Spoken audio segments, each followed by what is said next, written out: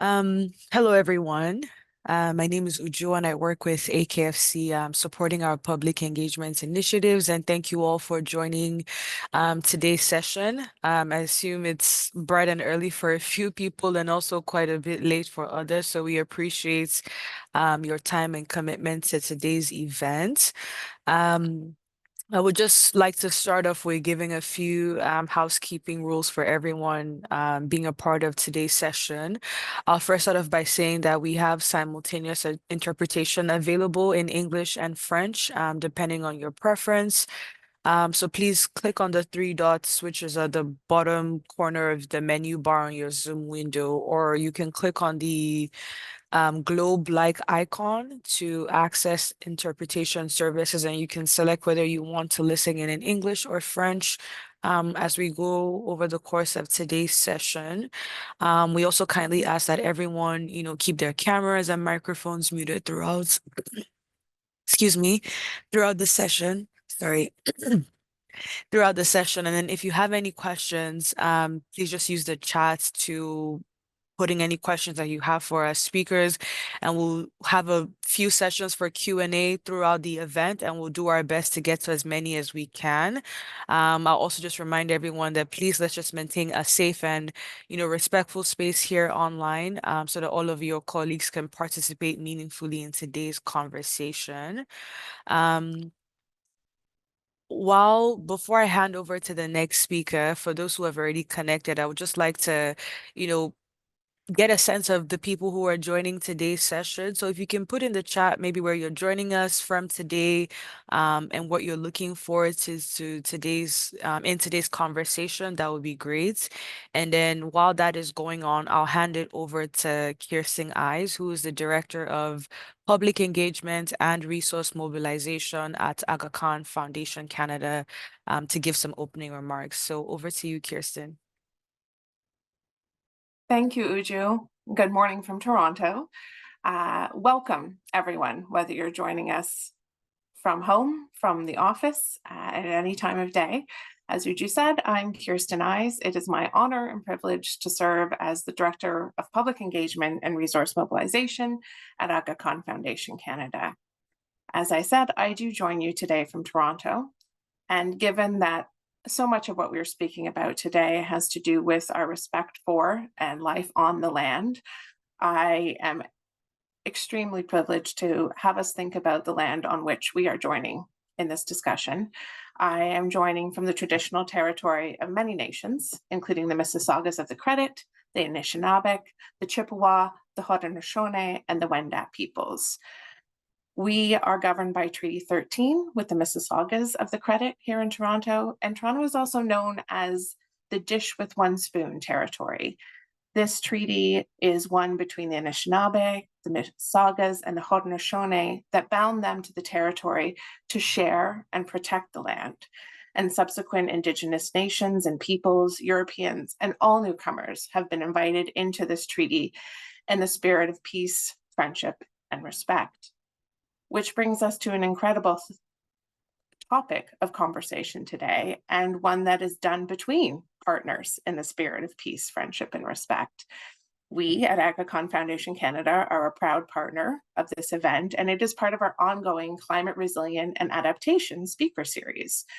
We are pleased once again to be partnering with IUCN and bringing this to you as part of their Nature-Based Solutions for Adaptation initiative. As always, this is made possible with the support from our partners at Global Affairs Canada. Today, we're focusing on nature-based solutions in mangrove ecosystems. This topic is very timely, given IUCN's recently released Global Mangrove Assessment. We were proud to note at AKFC that this assessment affirms what we believe and practice here, while also exposing the increasing threats to these vital ecosystems. This assessment serves as a call to action for engaging local communities in advancing sustainable solutions, applying local and scientific knowledge, and mobilizing financing to restore and conserve these vital ecosystems. As Uju mentioned earlier, this event will be broken into 3 sections with an opportunity for you to ask the presenters questions at the end of each section. We'll have 5-minute breaks following each Q&A, and then we'll continue with the discussion. So please do keep your Zoom open so you know when the discussion will recommence. It is also my pleasure today to introduce you to a man who is deeply passionate about climate resilience and protecting the lands in which we all share, Kerry Max. Kerry Max is the Deputy Director of Partnering for Climate with Global Affairs Canada. He has over 30 years of experience in international development programming and policy, including as Canada's head of aid to Nicaragua and Costa Rica, and as MEDA's Director of Inclusive Finance. While Kerry is currently focused on promoting gender-responsive climate action partnerships that are anchored in nature-based solutions and continues to be active in Global Affairs Canada's efforts to mobilize private sector investment in climate change and mitigation and adaptation. He had his intellectual and academic start here in Toronto with a BA in International Development, and then got a Master's of Philosophy in Economics from the University of Oxford. So I can't think of anyone more well-suited to speak today about our efforts to rejuvenate ecosystems through mangrove restoration. Thank you so much for Kerry for joining us, and can't wait to hear what we're going to learn. Thank you very much. And I'm just going to take a few minutes of your time to try to set some of the Canadian context for today's webinar, beyond what has already been mentioned about Global Affairs Canada's support for AKFC and for this phenomenal speaker series. So I'm part of a team at Global Affairs Canada that is designed and manages Partnering for Climate. I don't know if the slides are up. Partnering for Climate is a $350 million initiative that supports nature-based solutions for climate change adaptation and biodiversity in sub-Saharan Africa. And the funding is a key part of Canada's $5.3 billion climate finance commitment, which sets a 20% target for nature-positive climate action. But as has been mentioned in terms of a reflection of the importance of Indigenous knowledge and Indigenous stewardship, the funding also includes a $15 million component that will support Indigenous peoples in Canada in partnering with Indigenous peoples worldwide to support them in identifying and addressing their priority climate change adaptation requirements. So through Partnering for Climate, we've been able to support a wide array of Canadian civil society organizations in rolling out nature-based solutions in 25 countries in sub-Saharan Africa across multiple ecosystems. The projects are all intensively gender integrated and are anchored in the IUCN's global standard for effective nature-based solutions. And I'll come back to that in a minute. But as we're demonstrating through our participation here, in addition to funding, knowledge also matters. Next slide, please. So going beyond what the funding itself is doing, we made an explicit decision, and in partnership with the Canadian Coalition for Climate Change and Development, C4D, we set up a nature-based solutions community of practice, a community of practice that brings together Canadian and international and developing country partners in trying to share knowledge, expertise, best practice in rolling out nature-based solutions for climate change adaptation and biodiversity. And that community of practice is underpinned by the International Institute for Sustainable Development's Nature for Climate Change Adaptation Initiative, another investment that has been made as part of this broad portfolio that has a dedicated website, dedicated resources, including an ecosystem-based approach online course that is freely available and now available in English, French, and Spanish. Next slide, please. We've also, as I mentioned to you, as all the Partnering for Climate projects are anchored in the IUCN global standard, we've also partnered with the IUCN to take an active real-life research approach to looking at how that global standard is rolled out, is implemented on the ground, what the challenges are, and what they can do as the IUCN to support Canada and local partners in making the very best use of that standard and in applying it, and on the flip side, so that as we can see how, as that standard is applied on the ground and encounters some fundamental challenges, the IUCN itself can perhaps adapt the global standard to better reflect on-ground realities. Is there another slide, or is that it? Right, so the last thing I wanted to say, thank you very much, is this all leads into the next climate finance commitment. So the current climate finance commitment from 2021 to 2026 was $5.3 billion, and as I said, included a 20% nature positive commitment. It's now time for us to provide advice to Cabinet, to our ministers, on what we think the next climate finance commitment should look like. And you as a community are incredibly important in terms of having your voices heard. So you'll see the link in the slide, and I believe in the chat, where you can go on and add your voices through a survey that will help us better understand what your needs are, what your aspirations are, what you think we should be doing, and how we should be doing it. And I would definitely invite you to take advantage of that opportunity. We're running this until the end of June to share your views. So thank you very much. I very much appreciate being included in this discussion, and I look forward to hearing from all the panelists. Back to you. Thank you so much, Carrie, and thank you for drawing attention to the consultations that are upcoming or ongoing for the next tranche of climate financing through Global Affairs Canada.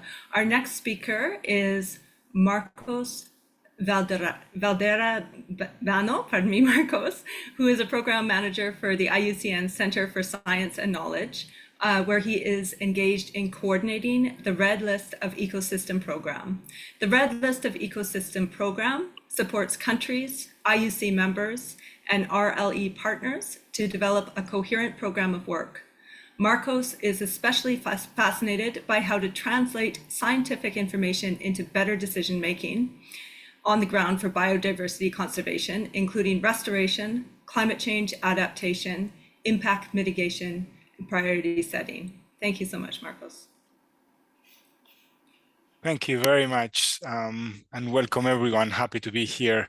Thank you for the opportunity to share with you the results of the first global mangrove assessment. I don't know if we can see the slides at some point. Excellent. Thank you very much. Next. So 3 weeks ago, we finalized the first ever global mangrove ecosystem assessment globally, and we were quite shocked by the depth of risk that mangroves are showing globally. Basically, 50% of the mangrove ecosystems globally are at risk of collapse, and 20% are at high risk. So in the highest risk category, either critically endangered or endangered, as we can see in this map. What we will do now is go through the process of what this means and what lessons we can take from that, and how can we adapt our management on the ground based on those results. Next slide. Let's start by a very small quote to remember what a red list of ecosystem is. So a red list of ecosystem is the global standard for assessing the ecosystem risk of collapse, similarly to the red list of species, assessing the species risk of extinction. Next slide. The standard structure around 5 standard criteria, and the results are provided in a risk category that go from least concern, vulnerable, endangered, or critically endangered. The 5 criteria measure the different pathways that ecosystems usually follow before collapse, either changes in the distribution, reducing the surface they occupy, or the degradation of their abiotic environment, or the species composition and the relation between the biotic elements. Next slide. So in this exercise, what we followed was a proposal organization of the world ecosystems based on the IUCN Global Ecosystem Typology. If you're interested in the topic, I suggest you explore the publication that IUCN presented first time in 2020, or the scientific journal in Nature released in 2022, or the web page that allows you to explore through the world ecosystems. Next slide. Basically, the IUCN global ecosystem typology is a hierarchical structure of the world that divides the biosphere into realms, so terrestrial, freshwater, marine, and then into biomes, and then into what it's called ecosystem functional groups. There is 110 of these ecosystem functional groups, and one of these is mangroves, as we know them. So what we've done in this study is assess mangroves at a biogeographical ecotypes, which means kind of ecoregions of the world. We can also assess mangroves at a finer scale, either national scale or subnational scale, and the results are probably different, but complementary. What we are by no means trying to do here is replace national assessments, which are very, very useful for other set of purposes. In fact, we are basically encouraging now national or subnational assessments to happen, ces évaluations information that we are providing here. Next slide. Next. Excellent. So the first part of the work consisted on dividing the world into homogeneous units that would allow us to compare how the mangroves of the Caribbean do as comparison to those of the Southeast Asia, for example. So we organized a series of meetings and workshops with experts of mangroves across the world, and ended up dividing the mangroves in 36 homogeneous units across the world that you can see here, dividing into units. And then we went into assessing each of those separately. We actually assessed all of them except the two on the Pacific, Hawaii and Southern Polynesia, where mangroves are not endemic, and they're basically behaving as an invasive system, colonizing areas that were previously occupied by others. So we've assessed the rest of the world except these two. And what we did was basically engage with mangrove experts across a range across the world, with 250 mangrove experts directly involved as authors in the assessment, and about twice this number if we include contributors and workshop participants and so on. You can see in this table, in this figure, how the distribution of mangrove experts in the different regions is, how some parts of the world have considerable more mangrove experts involved and others a bit less, but more or less we cover the entire mangrove distribution. Next slide. Now, to assess all these 5 criteria, geographic distribution and changes in degradation and so on, what we did was compile a set of global data sets in mangrove distribution, future projections of mangrove distribution, past distributions, sea level rise and sediment supply models, and mangrove degradation models. We compile all these from global sources and then share it with the regional experts that then added up their national and regional data to complement the assessment. Next slide. The results, as you can see in the table on the right-hand side, provide the results by each of the criteria. So criteria A, changes in distribution, B, restricted geographic, and so on. And then an overall threat level that is the summary of the previous one. In some cases, some ecosystems are threatened at the same time, but several of the criteria. And that's important to remember because then the responses need to be adapted to the threatened criteria. If an ecosystem is threatened by the projections of sea level rise, that's probably the bottleneck, the place where we need to put our management effort. But if another ecosystem is threatened by the destruction of the habitat and the land conversion into agriculture, then probably it's that the point that we need to be addressing in our management strategy. Next slide, please. So we wanted this exercise not to be only a scientific exercise, but also to communicate the results to a much more wider audience that could use the results for other, so influencing the policy setting and also informing a more broader public. We started by communicating an overview of the results in the COP of climate change in November, where we found out a very strong interest by the climate change community in mangroves for the potential for mitigation and adaptation. Now, 3 weeks ago, we released an overview of the results in the International Day of Biodiversity that was happening at the same time of the subsidiary body of investment. And I'll come to that in a minute. And we will continue this campaign into the International Day of Mangroves in July and the Biodiversity COP in October. Next slide, please. Now, the surprising thing that at least took me by surprise is that when we shared the overview of the results 3 weeks ago, we got an overwhelming result. You can see here the statistics, the number of people who actually looked at these results were beyond the 250 million, more than 38 million heard of the podcast in the different radios and news. That's much more than we imagined, which reflects probably the huge interest that mangroves have at the moment globally. It's true that this shows an interest in the headline.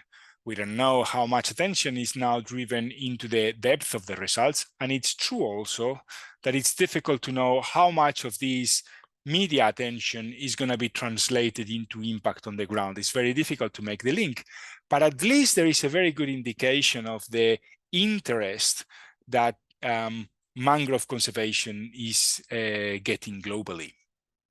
Next slide, please. Now, one thing that we insist is even if we get this global picture about 50% of the mangroves at risk, this global picture, we need to keep on acting locally, think globally, act locally. So the threats we've realize that most of the threats are locally specific and responses need to be adapted locally. In this table, you can see that about 30% of the mangroves of the world are threatened by sea level rise projections, and in combination with sediment supply, estimate a model of how much of the mangroves are going to be submerged in the next 50 years. We know by experience that most of the big surface reduction in mangroves that happened in the 80s and the 70s in shrimp farming and agriculture conversion are now reducing in most parts of the world, but in some parts it's still ongoing. And we can see that about 10% of the world mangroves are projected to have severe reduction in surface in the next 50 years. So this is going to inform our priorities in the future. Next slide, please. Now we'll go very quickly to look at a few examples of what these differences mean in several parts of the world, from the hurricanes and storms that are increasing frequency and intensity in the Caribbean or the Western Coral Triangle or in parts of the Pacific, to the localized threat of oil and gas affecting mainly the south of the Gulf of Guinea, or the increase of sea level rise threats in Maldives and Sri Lanka, to mangrove expansions in part of the Pacific.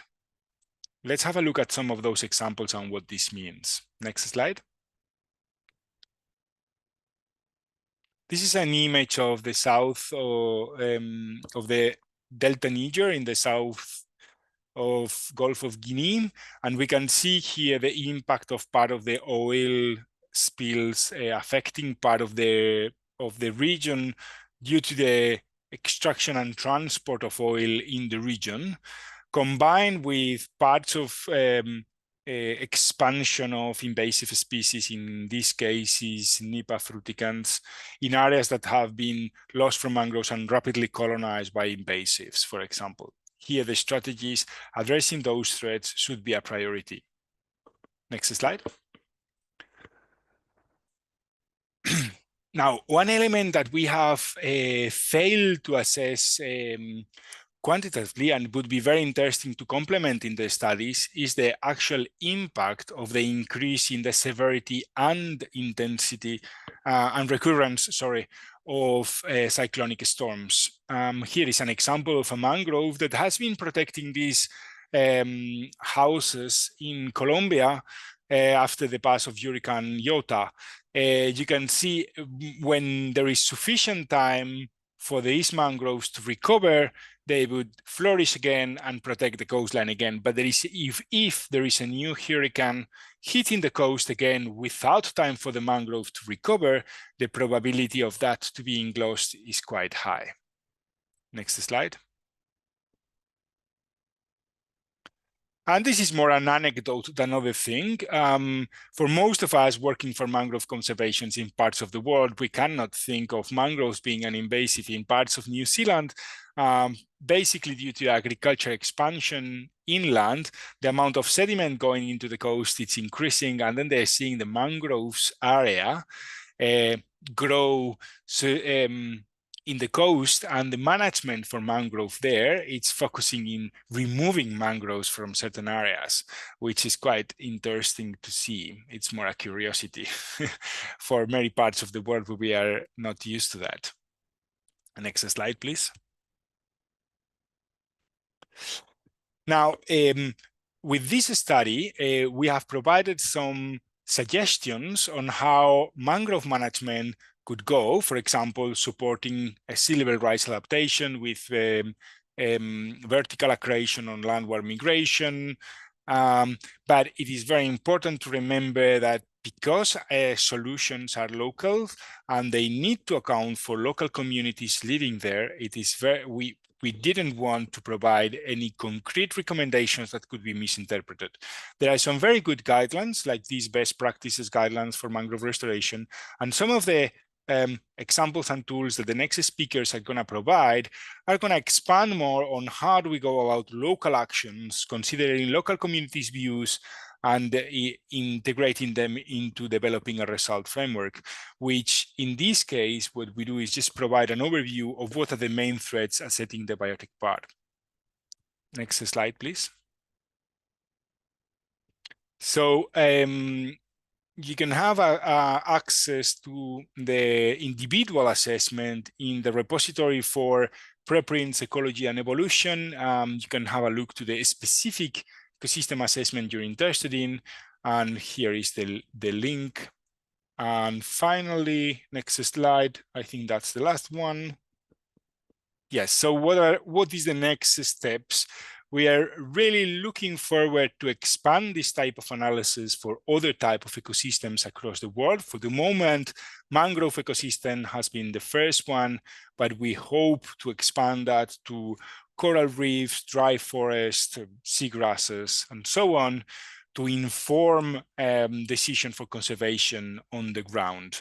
And second, also for mangroves, we're very much looking forward to help countries either develop their own individual assessment with subunits of mangroves, or using the results for concrete conservation planning, either identify priorities for restoration, protected area expansion, or spatial planning. So in both cases, thank you very much for your attention. If you have any question, you will have my email, and we'll be looking forward to further explore any of these with you. Thank you very much.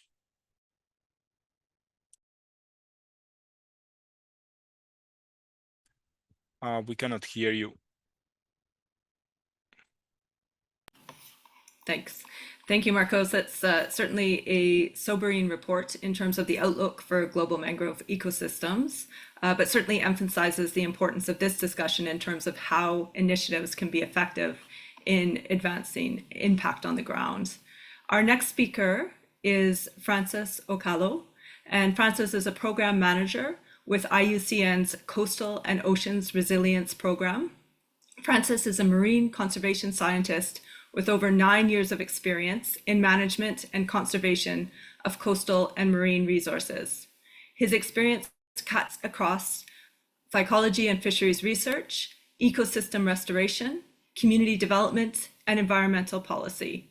He has spent years working on coastal communities on seaweed farming across the value chain, led the establishment of national and county mangrove management committees in Kenya, and supported the review and finalization of climate change and forest policies for Lamu County in Kenya, and contributed to the development of the status of mangroves in the Western Indian Ocean Report and policy briefs on socioeconomic profiles of mangroves in Kenya.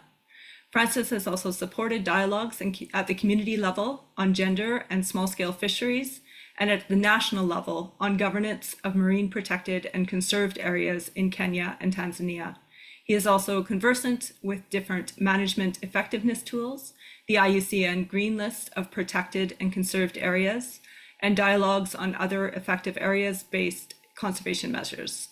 And through this, he has been able to build partnerships with state and non-state actors that have facilitated joint implementation of marine conservation efforts. Francis is mainly interested in bridging the science policy practice development gap for improved ecosystem health and advancing and enhancing people's livelihoods. Welcome, Francis.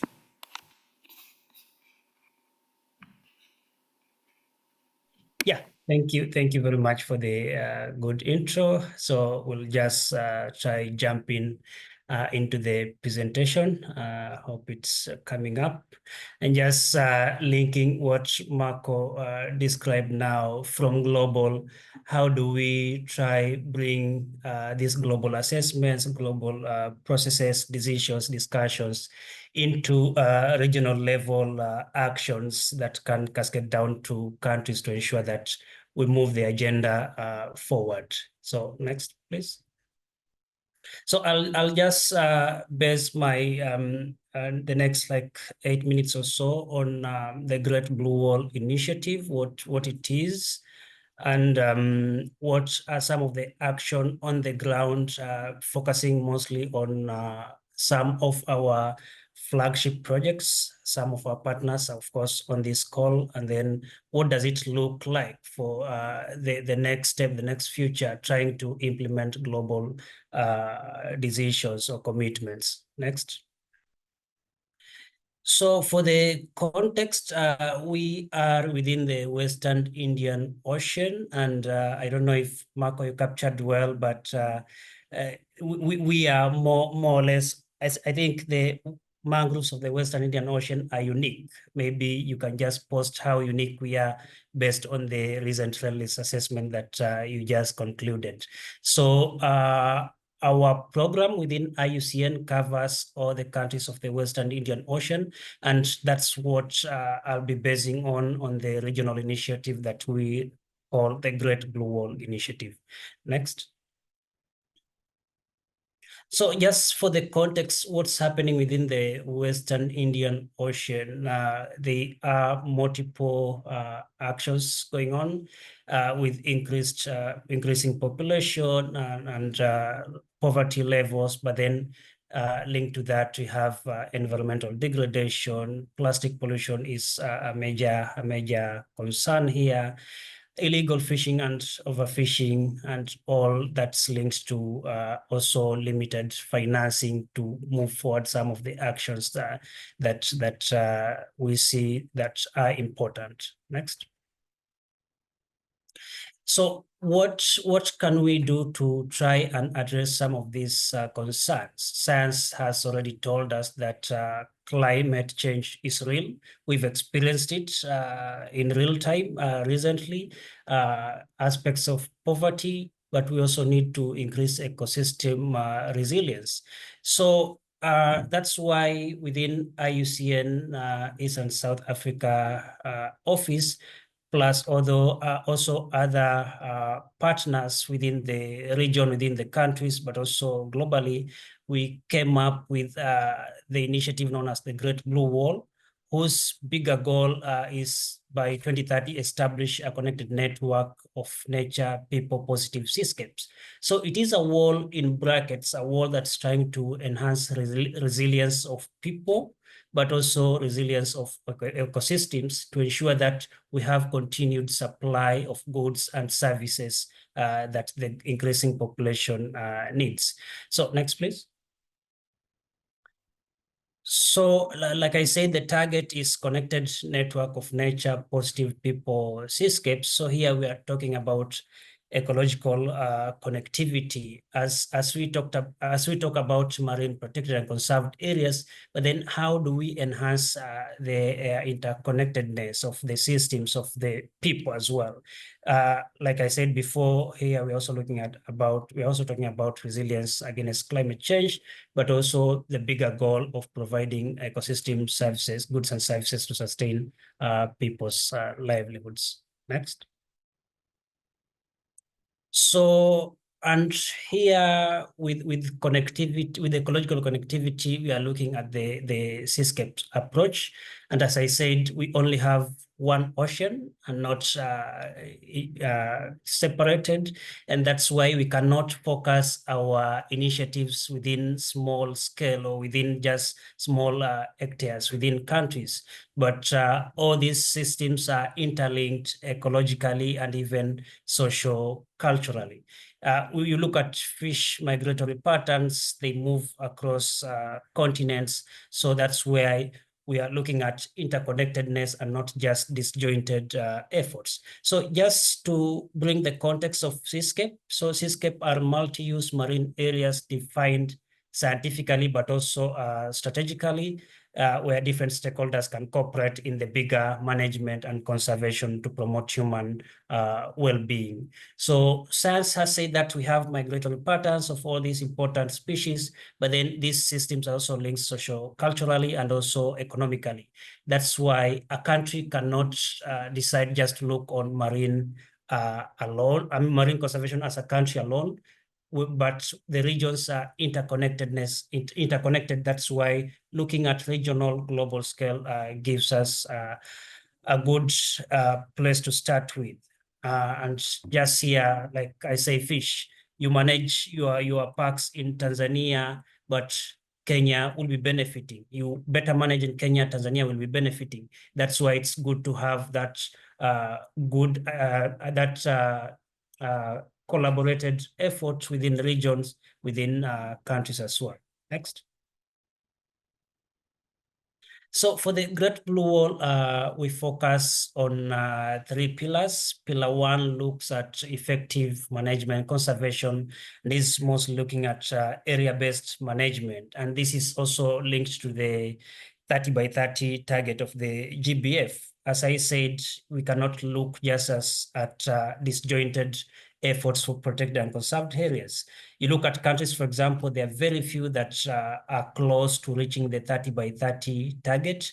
So how do we try make steps towards that target is looking holistically at multi-use areas, common management visions within seascapes. So we'll talk about seascapes in my next slides, but here we're looking at effectiveness as well, and not just moving with quantity, but then what's the quality of our protected and conserved areas.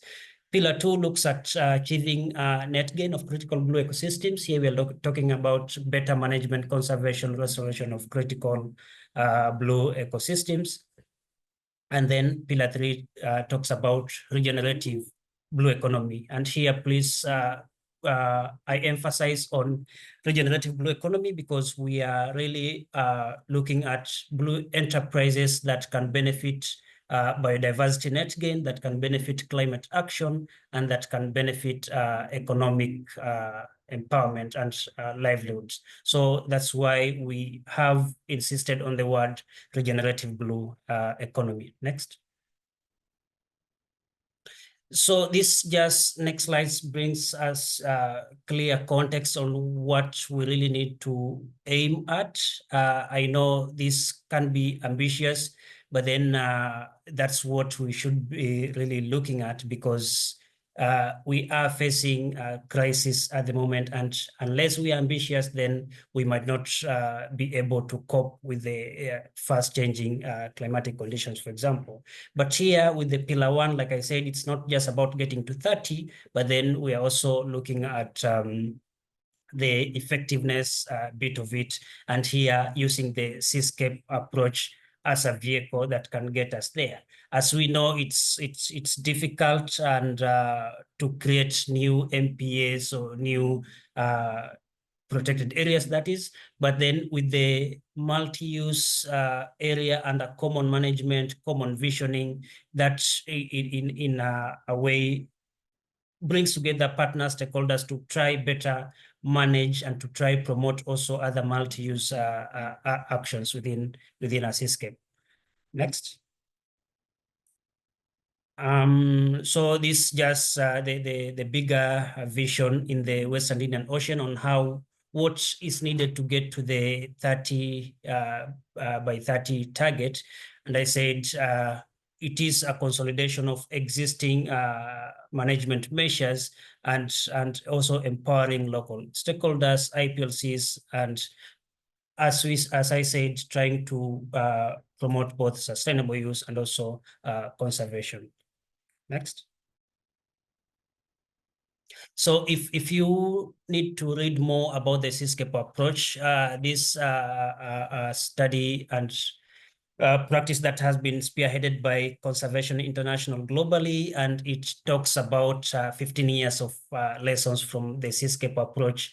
And it's really a very important read on how and what the process looks like in establishing this multi-use big seascapes that promotes both actions like I detailed in the 3 pillars of the Great Blue Wall.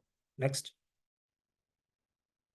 So pillar 2, like I said, looks at critical blue ecosystems, and I will not repeat because this is common and we are just experiencing, I mean, excess rainfall, excessive heat and all that, and scientists have already told us why we should not go beyond the 1.5 degree. Next.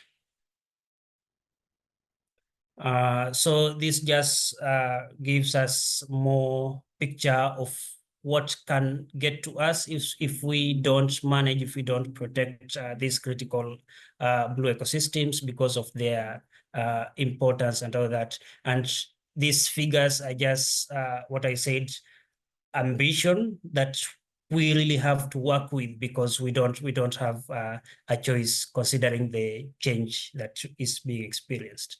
Next. So I'll just rush through other slides as well. If you can go to the next. So this, yes, on seagrass, but then I'll try go to next slide, please. I'll just try bring out some of the flagship initiatives that we are implementing as part of the Great Blue Wall initiative. So if you can go to the next slide. So pillar 3 here, I was talking just about blue jobs and also regenerative blue economy.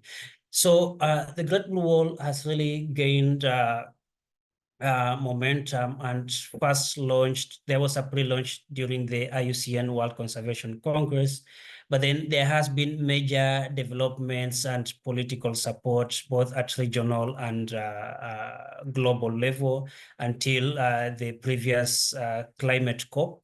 And what does it look like now? We already have a Great Blue Wall governance structure, and there are other flagship initiatives that are being developed to try and implement what I just presented on achieving net gain for critical blue ecosystems, trying to get to effective area-based management, but also looking at the bigger scale. And then lastly, trying to create those blue jobs as we talk about regenerative blue economy. Next.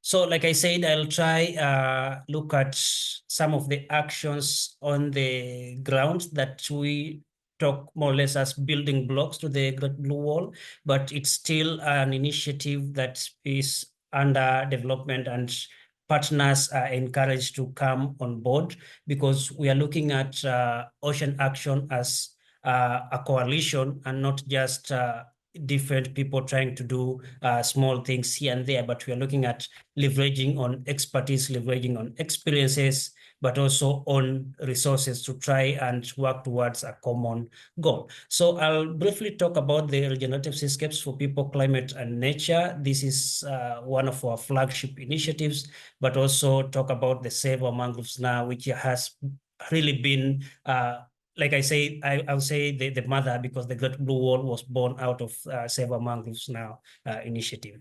So next. So what regenerative seascapes for people, climate and nature is all about is trying to enhance the physical and socioeconomic resilience of people within the Western Indian Ocean. And this is a GAC-funded project that's running since last year until the end of 2025 and being implemented in Kenya, Madagascar, Mozambique, Comoro, and Tanzania with 3 key outputs. Please. Next. Yeah, so here we are looking at management effectiveness, and then we're also looking at enhanced adoption of gender responsive NBS, but also with the bigger goal of women empowerment and also integration and into the NBS value chain. So this we aim more now to integrate women in NBS adoption, but also in management conservation of these marine ecosystems. Next. So I'll just rush through the different seascapes so you can just hit next. So this is in Madagascar. Next, that's just hit next several times. Yeah, this is in Comoro. Next. This is Kenya, Kilifi North. Next. And then this is Mozambique, Nyambane, and then Tanzania follows with the Tanga Pemba seascape. So these are our flagship initiatives where we are piloting the Great Blue Wall under the GAC funding to try and implement some of the actions that we have identified.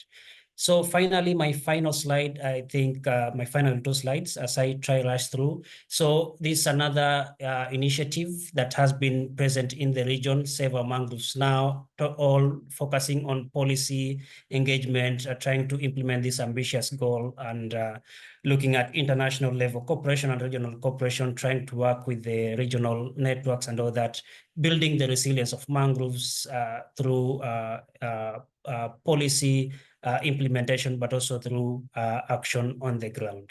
So just hit my final slide on some of the products that have come out of Save Our Mangroves Now. We produced a state of the mangroves in the Western Indian Ocean that talks about mapping the spatial aspects, but also the socioeconomic aspects of the Western Indian Ocean mangroves. So you can read more about this online. I'll share a link to this report, and I would like to stop here. Thank you very much.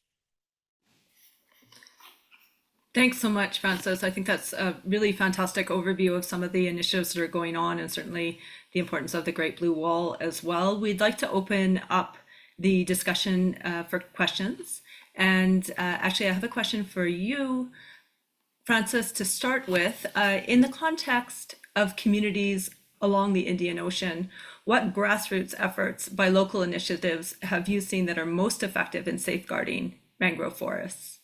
And in addition to that, are there particular partnerships that have enhanced effectiveness?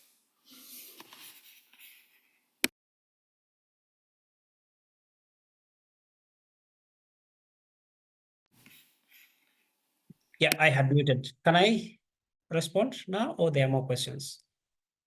No, please go ahead. Okay, yeah, sure. So for local communities, what we've seen work is really some intervention. Of course, they are country specific, but I can say there are those that have worked, those that have tangible economic benefit to them, because we've seen very powerful community-led mangrove ecotourism ventures in the countries. We've seen, for example, communities integrating mud crab fattening with restoration, conservation activities. We've seen ecotourism, eco hotels within mangroves that are best integrating economics, but then plus conservation and management. And then others are also looking at mangroves with a bigger scale of locally managed marine areas, whereby they're not only focusing on mangroves, but then they are also integrating other aspects of seagrass conservation, fisheries management, and also community education. But like I said before, these are initiatives that are born within communities from from what is needed, because some will tell you how they really looked at declining mangrove systems within their localities, and what has transpired from the period they decided to take actions as communities until now, where they are already creating blue jobs without any, I mean, of course, support comes in later, but community driven from the ground. And this has really worked from ecotourism, then integrated governance aspects within the region. In terms of partnerships within the Western Indian Ocean, there's a broader Western Indian Ocean mangrove network. So this really has fostered engagement, partnership, collaboration amongst scientists, but also it goes down to countries, because countries have their network chapters that tries to enhance knowledge transfer, knowledge exchange within countries. But then in the different countries, there are existing networks, if I can say, that are sometimes not only focusing on mangroves, but then they are more broadly at locally managed marine areas and also community led. But regionally, the Western Indian Ocean Marine Mangrove Network has really proved to be an effective entity, bringing together practitioners, but also has tried to go to the country level with country chapters. And I think it was also instrumental in the red list assessment as presented by Marco. Over. Great, thanks very much. And Marcos, I think this may be a question for you, but Francis, please feel free to jump in as well. We have a question just in terms of a specific initiative in Sierra Leone, which is facing a lot of challenges from private sector companies, a Chinese private sector company in this case, looking at in their work towards climate adaptation. And it's asking, is there any help to work with grassroots in order to achieve the goal of implementing mangrove policy management? So I guess the question here really is, in this context of conflicting interests in areas, do you have advice in terms of how to navigate those decisions that are being made about the land use and economic activities in the area?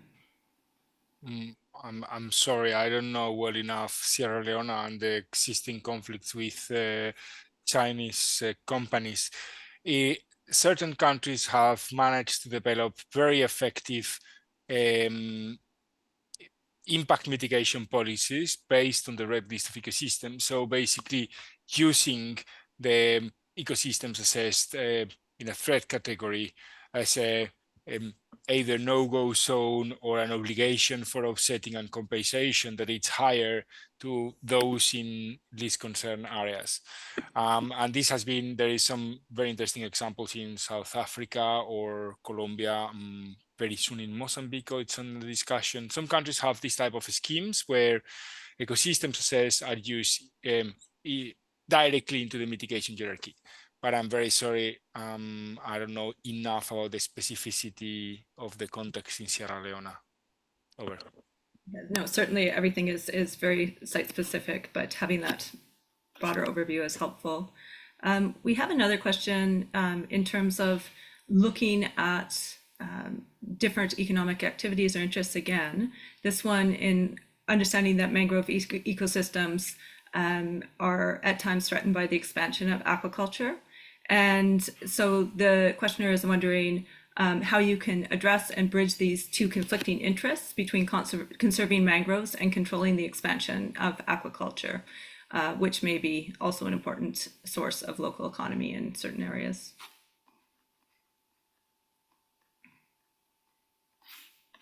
I mean, some of the other speakers may have a specific hints here. What we've seen globally is that the trend of mangrove loss due to coastal aquaculture and shrimp farming it seems quite optimistic. So it seems that the trend is considerably slowing in most of the world.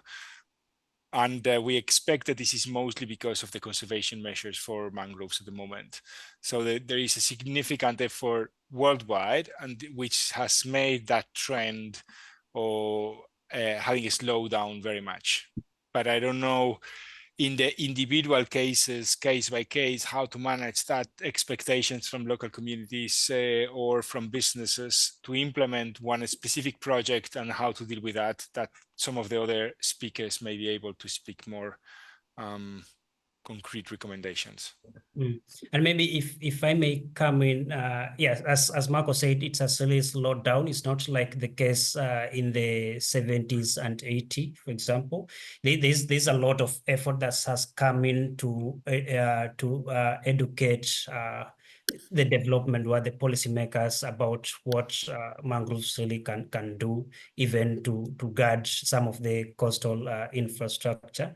So what is being done, like for Kenya, for instance, it's not that rampant in Kenya, but we have other pressures, sorry. But then we've formed this grassroots level committees that try to dialogue every now and then, and some of these issues are always raised, and people talk about it openly. So it's one of the avenues that we are using in the countries to try and bring these contentious issues, but which can be spoken openly among us practitioners, because we always invite private sector, community, government, and delve into some of these aspects. So that's one of the cases that's working for Kenya that we are trying to use to bridge that gap and try to educate the bigger society about the importance of mangroves.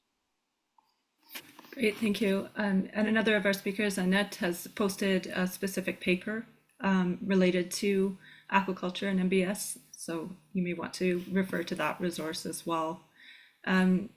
Carrie has posted a question. Given the use of mangroves to rebuild damaged communities post-disasters, are there any approaches that have been used so far to provide alternatives to local communities in these circumstances? For example, disaster risk insurance, awareness raising, and so forth.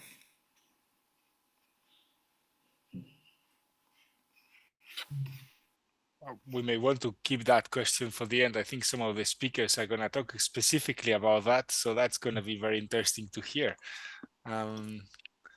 Yes, we can do that. Let's hold that for the final. Jen. I think we have time for one more question. Please, if you'd like to ask questions in French as well, we're certainly happy to take questions in French.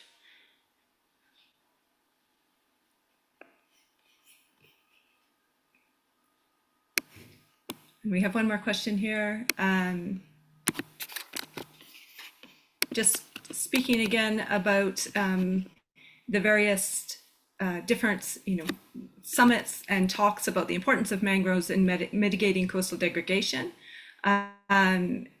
Academia has been calling for major actions for protection of mangroves, but is it realistic? I think this is in the context of mobilizing governments to advance mangrove restoration and conservation.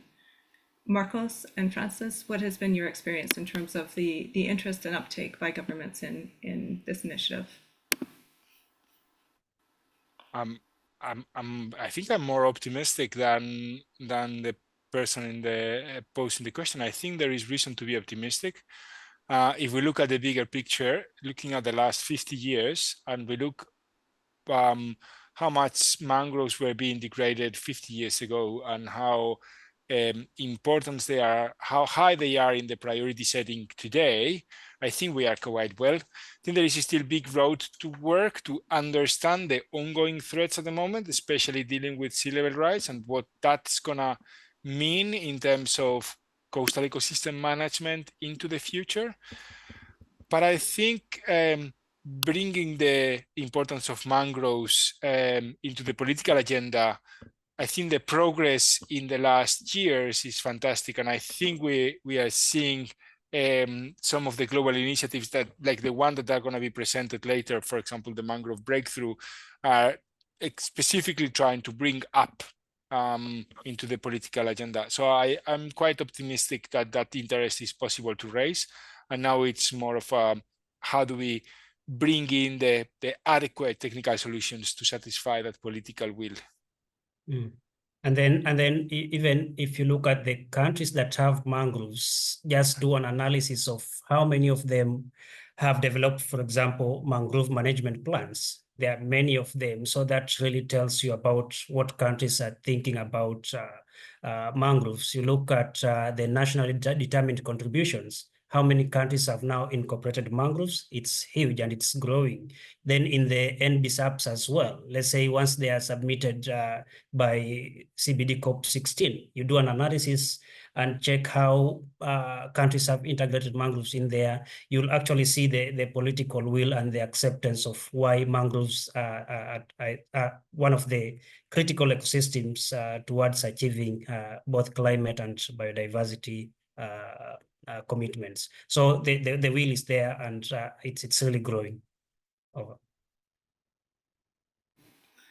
And hopefully, as the awareness around the benefits of mangroves from both an ecological community and a community economics perspective, as well as a climate perspective, grows, there'll be increased interest in governments in actually implementing that further and working at all levels through community up to international in terms of trying to advance this restoration and conservation. Thank you so much. We are going to take a quick 5-minute break. Actually 4 minutes at this stage. And so you're welcome to just keep your connection on. We'll be coming back with our next section, which is looking at community-based initiatives. We have 3 fantastic case studies upcoming, and we're really looking forward to jumping into the discussion of bringing this from the global level down to that community-based level. So please stay with us. So we'll be back after just a 4-minute break here. Thank you so much, Francis. Thank you so much, Marcos, for both those presentations. Thank you. Thank you.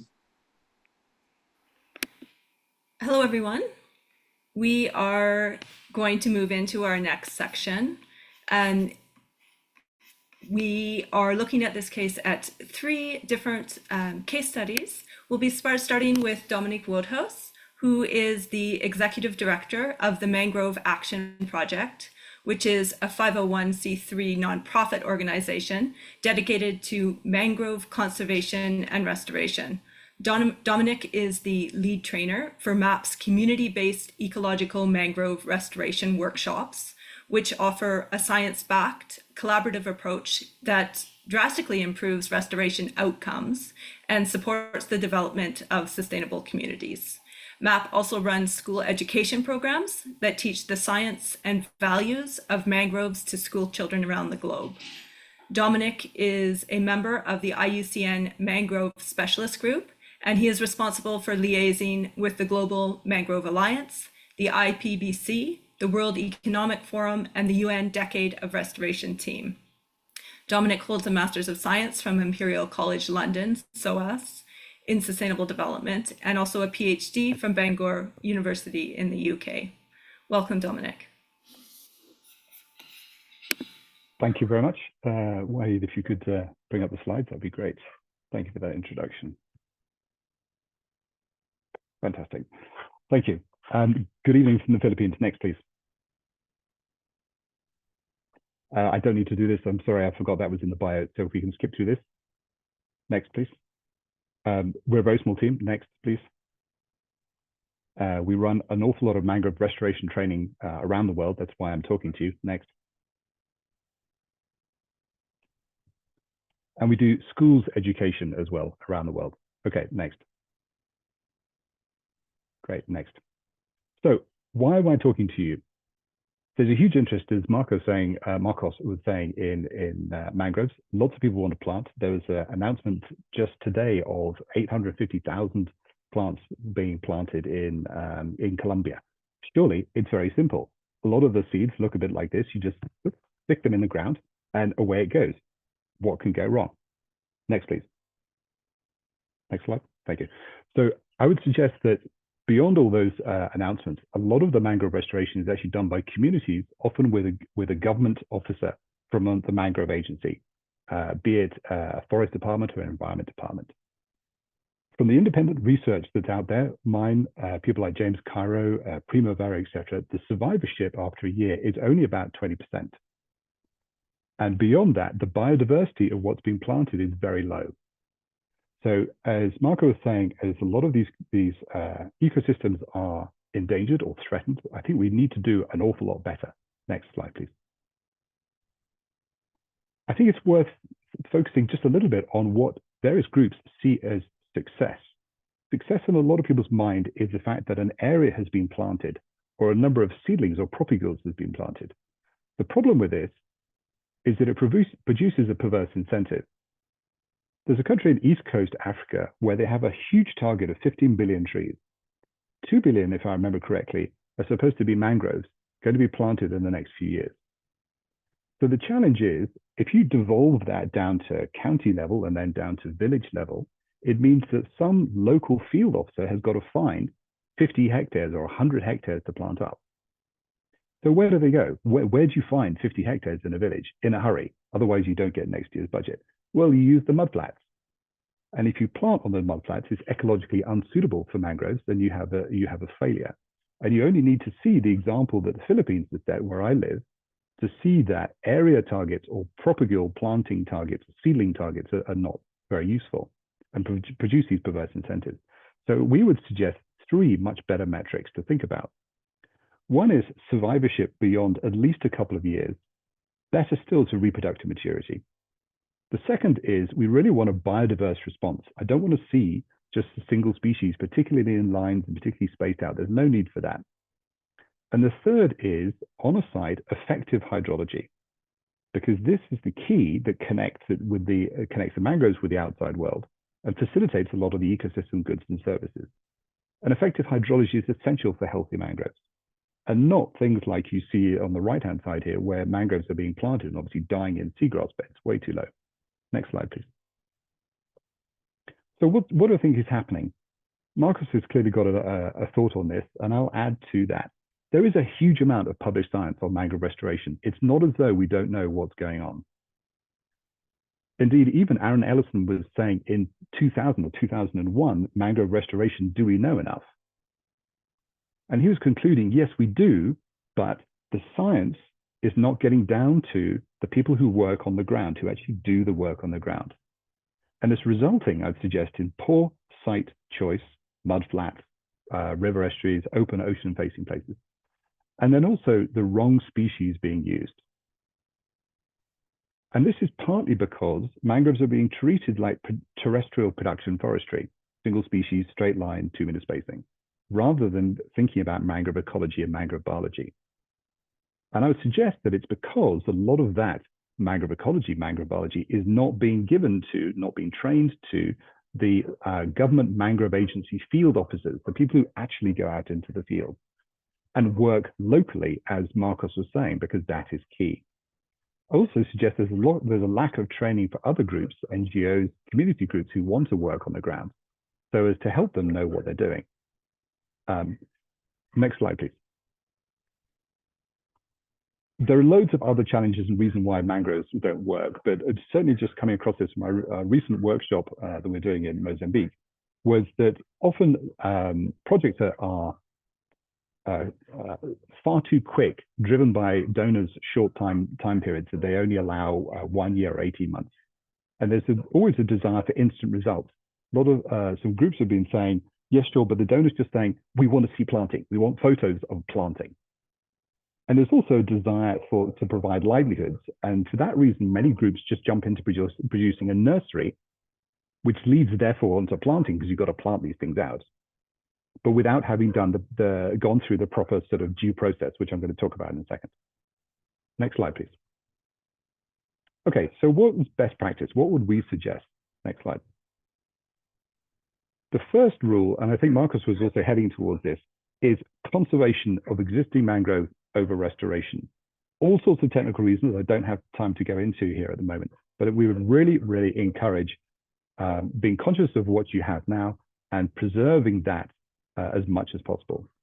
I've done a quick tour around northwest Sri Lanka and certainly Manila Bay and lots of other places. And a lot of governments were saying, well, we want to plant here, we want to do some work here. I didn't see any need for planting. The real challenge was a lot of this area was going to get built on. And it's that unrestricted urban development and the lack of policy coordination between, say, local government units and government policy protecting mangroves that is, for us, one of the greatest threats to mangroves. Certainly not aquaculture, as the speakers were saying. I think that's disappearing as a challenge. Next slide, please. The second is the principle of this community-based ecological mangrove restoration, which MAP and Wetlands International and other groups promote, is that we try to recreate the conditions, both of biophysical and social, necessary for healthy mangroves or natural regeneration to take effect. So next slide, please. In this, how do we approach this? And I'm sorry that it's a lot of text. I normally do this in animation, but I'm going to go through this one. Key, as Marcus was saying, we have to act locally. We have to involve the local community, and they have to be front and center of these projects. They have to own the projects themselves. It cannot be a MAP program or an IUCN project. We're suggesting a lot of research, both biophysical and social. Why have we lost the mangroves, and why are they not naturally regenerating? What's changed on the site? Are we working at the right elevation relative to mangroves? Is there a livelihood or a social reason why mangroves are not thriving? Perhaps a lack of livelihood or poverty. We suggest look at a natural reference site to see what nature should look like, particularly the hydrology. So we should understand the changes that have happened on the site. We like mapping because for a lot of people, literacy is a problem. So yes, there are some guidelines that have been referred to. Some of them are fantastic, but reading and writing is not always that easy for a lot of people. So we would really encourage things like mapping and videos to explain what's going on. And then explicitly agreeing objectives to make sure everyone's objectives is aligned. Implementation of whatever we've got to do, and then monitor to make sure that we've got it right. And the Global Mangrove Alliance has produced two very useful tools, the Global Mangrove Watch mapping tool and the Mangrove Restoration Tracker tool, to help mapping and tracking of the progress of the project.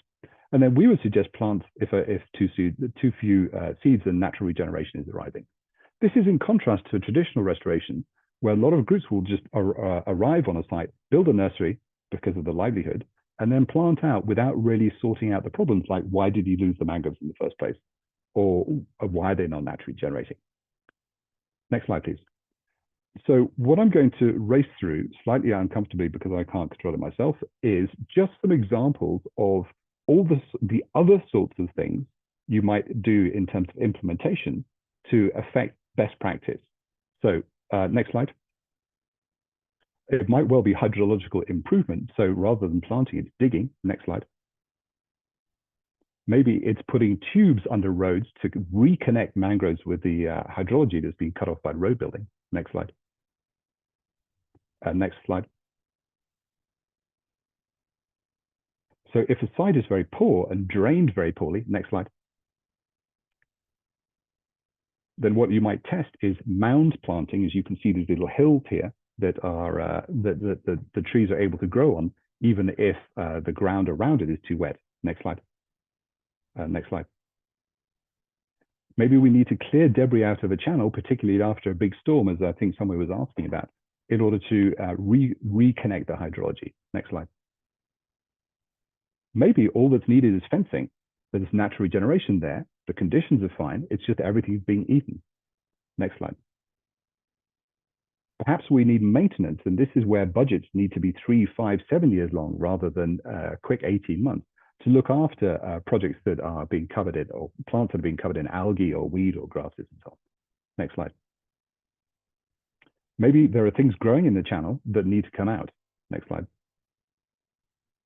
Or actually, as a project, we need to provide alternative material to take the pressure off mangroves, such as a terrestrial woodlot, or maybe building materials. Next slide.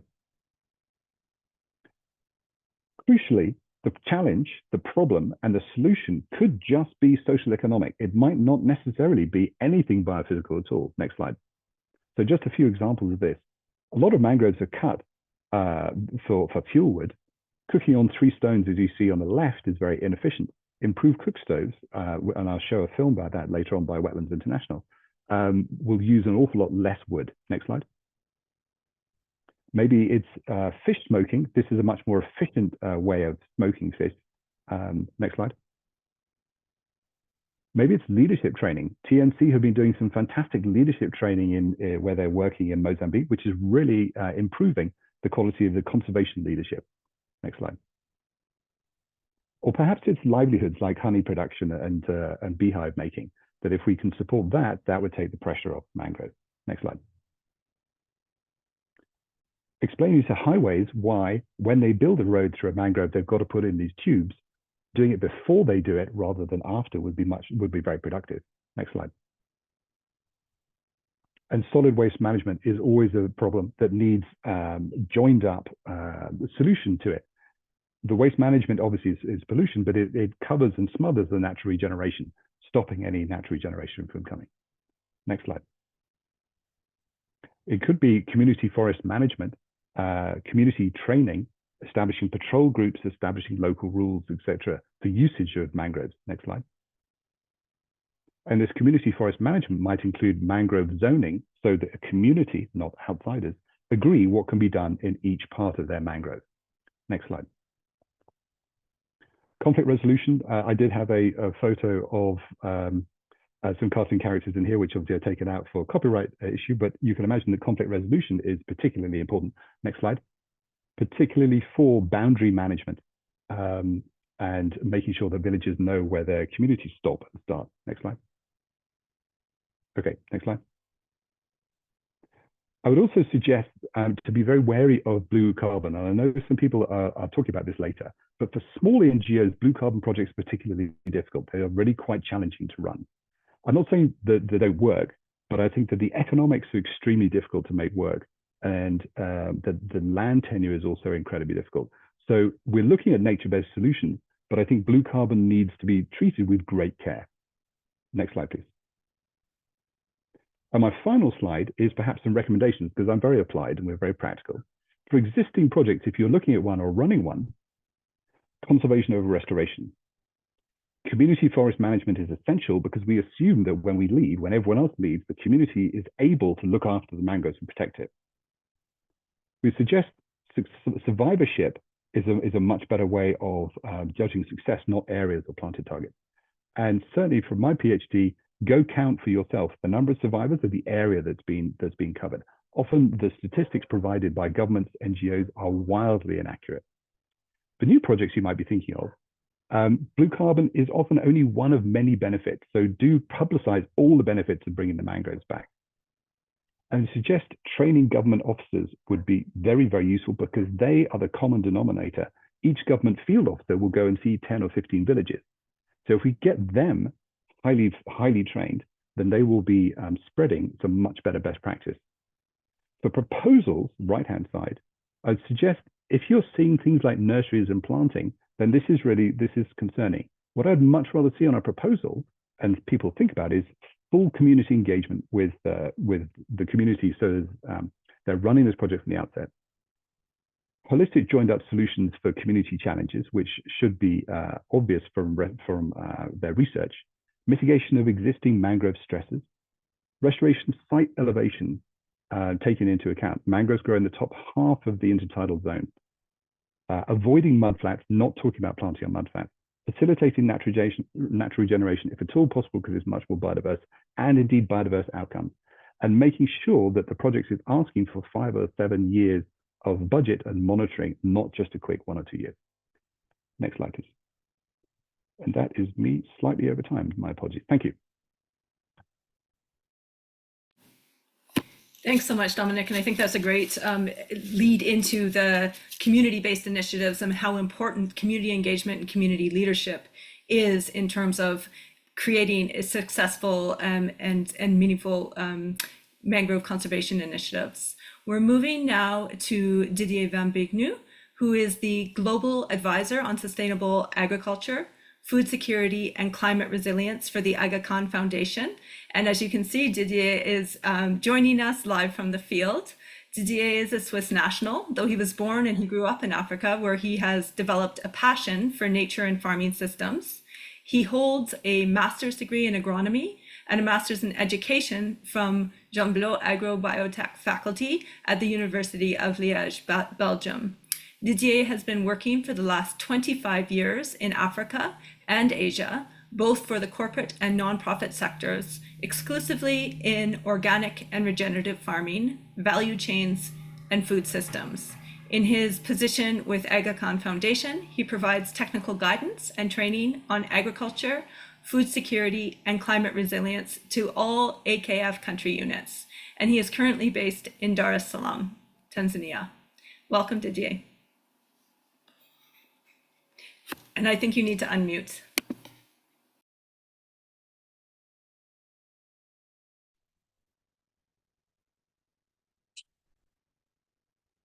Do you hear me well? Yes, now we can. Thank you. Okay, sorry. The beauty of working for AKF, we're speaking about mangroves when I'm on the high plateau of a landlocked country, Kyrgyzstan, which is a beautiful mountainous country. So thank you so much. We will start immediately with the project.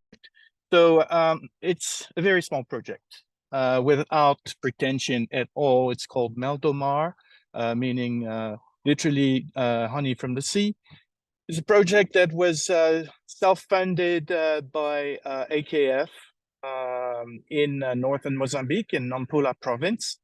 And it was an opportunity for AKF to pilot and test innovations in coastal regeneration. And it's been an interesting experience, but overall very rich in learnings. And these will inform the directions and the strategies around our much broader Indian Ocean Coastal Regeneration Initiative that is bringing together 6 countries in which AKF is working along the Indian Ocean. Next slide, please.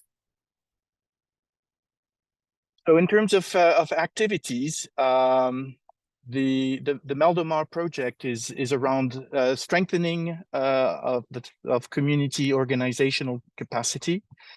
The following activity is also around environmental education, and Dominic just before spoke very clearly about this. This is something we're doing. Of course, we're dealing with grassroots communities, so we're bringing a dimension of gamification and fun around this. So we organize song competitions between the groups, and it's a great way to motivate and mobilize particularly those women associations. Next slide. We're also working in making sure that we identify local champions that are able to influence their communities, but also advocate in front of local government. Next slide. Next slide, please. So of course, we're replanting and protecting mangroves. We have not yet reached a point where we can speak about survivorship after 2 years, but what basically has been done is that about 40 hectares have been planted with almost 80,000 trees, and 450 hectares have been protected in that very area around Ilha de Mozambique in Nampula province. Next slide. We're also promoting locally manufactured efficient stoves, and that's also a subject that was raised before. We do believe that it's quite important to reduce locally the demand, but I'll explain later that unfortunately it's really not enough. Next slide. And of course, the project would not have been named that way if it wasn't also about beekeeping and mangrove beekeeping as an alternative or incentive for mangrove conservation and protection. So a range of beehives have been provided to the communities, women have been trained, and honey produced. Next slide. And when you have honey, you need to support for the marketing of this honey. So AKF has done precisely this to support those communities. It's been full of learnings for us and lessons. Next slide. So basically, what we can say is that definitely species topography and hydrology matter. Dominic went in more details into this, but we've really experienced this firsthand. It's been a very interesting work and experience. We also can say that onshore coastal forests are crucial to mangrove health. Basically, they contribute in maintaining the freshwater resources that are flowing either on the surface or underground towards the mangroves. And therefore, they're absolutely essential. And we consider that these forests literally go as far as 50 to 100 kilometers onshore. And that's where we need to do active conservation. We have learned also that reducing local demand for mangrove wood and charcoal is not sufficient. Actually, you have large coastal urban centers that are the main markets for this charcoal or for this wood. So reducing in the community will only bring limited results. There's a lot of work to be done into these urban centers. We have learned also that, of course, honey is not enough. We want to explore in the future innovative and integrated non-timber forest products, green and blue value chains, including taking into account the nutritional dimension. We're also seeking economic ripple effects along these value chains, and we have, for example, handicraft that is used to produce and mobilized to produce the baskets in which the nursery mangrove trees are being produced, and therefore generating an additional income to the women and communities. We understand clearly that communities and local CSOs are the very drivers of the conservation, and they are the targets that we are working with. We need local anchors and leaders and champions that are essential for this mobilization and inspiration. We understand also that working very closely with decentralized government authorities and departments is very important. They are vital interlocutors. We need to be as decentralized as possible and realistic as possible, because they are closer to the constituency, they're closer to the people they're dealing with. So it's usually far more efficient than going up to central government. And of course, we believe that carbon credit, blue carbon credit, information communication technology, and artificial intelligence will probably hold a key role in the future, as well as other similar technologies. Next slide. So we are, of course, thinking about other plant-based value chains. This is the example of siri that is a plant that is used already in Mozambique and can be processed or eaten. It's interesting. You can turn it into even a salt by drying it and powdering it. It's very rich in a whole range of nutrients. We're also thinking about other animal-based value chains. Next slide. So on the coastal forests and areas, we have the mopane worm that is a caterpillar that is present and has been identified. It's very interesting because there's a huge market in Southern Africa for these mopane worms. You have other countries where insects are also interesting. In mangroves, you have the mangrove silk that is being produced in Madagascar, where we're also present.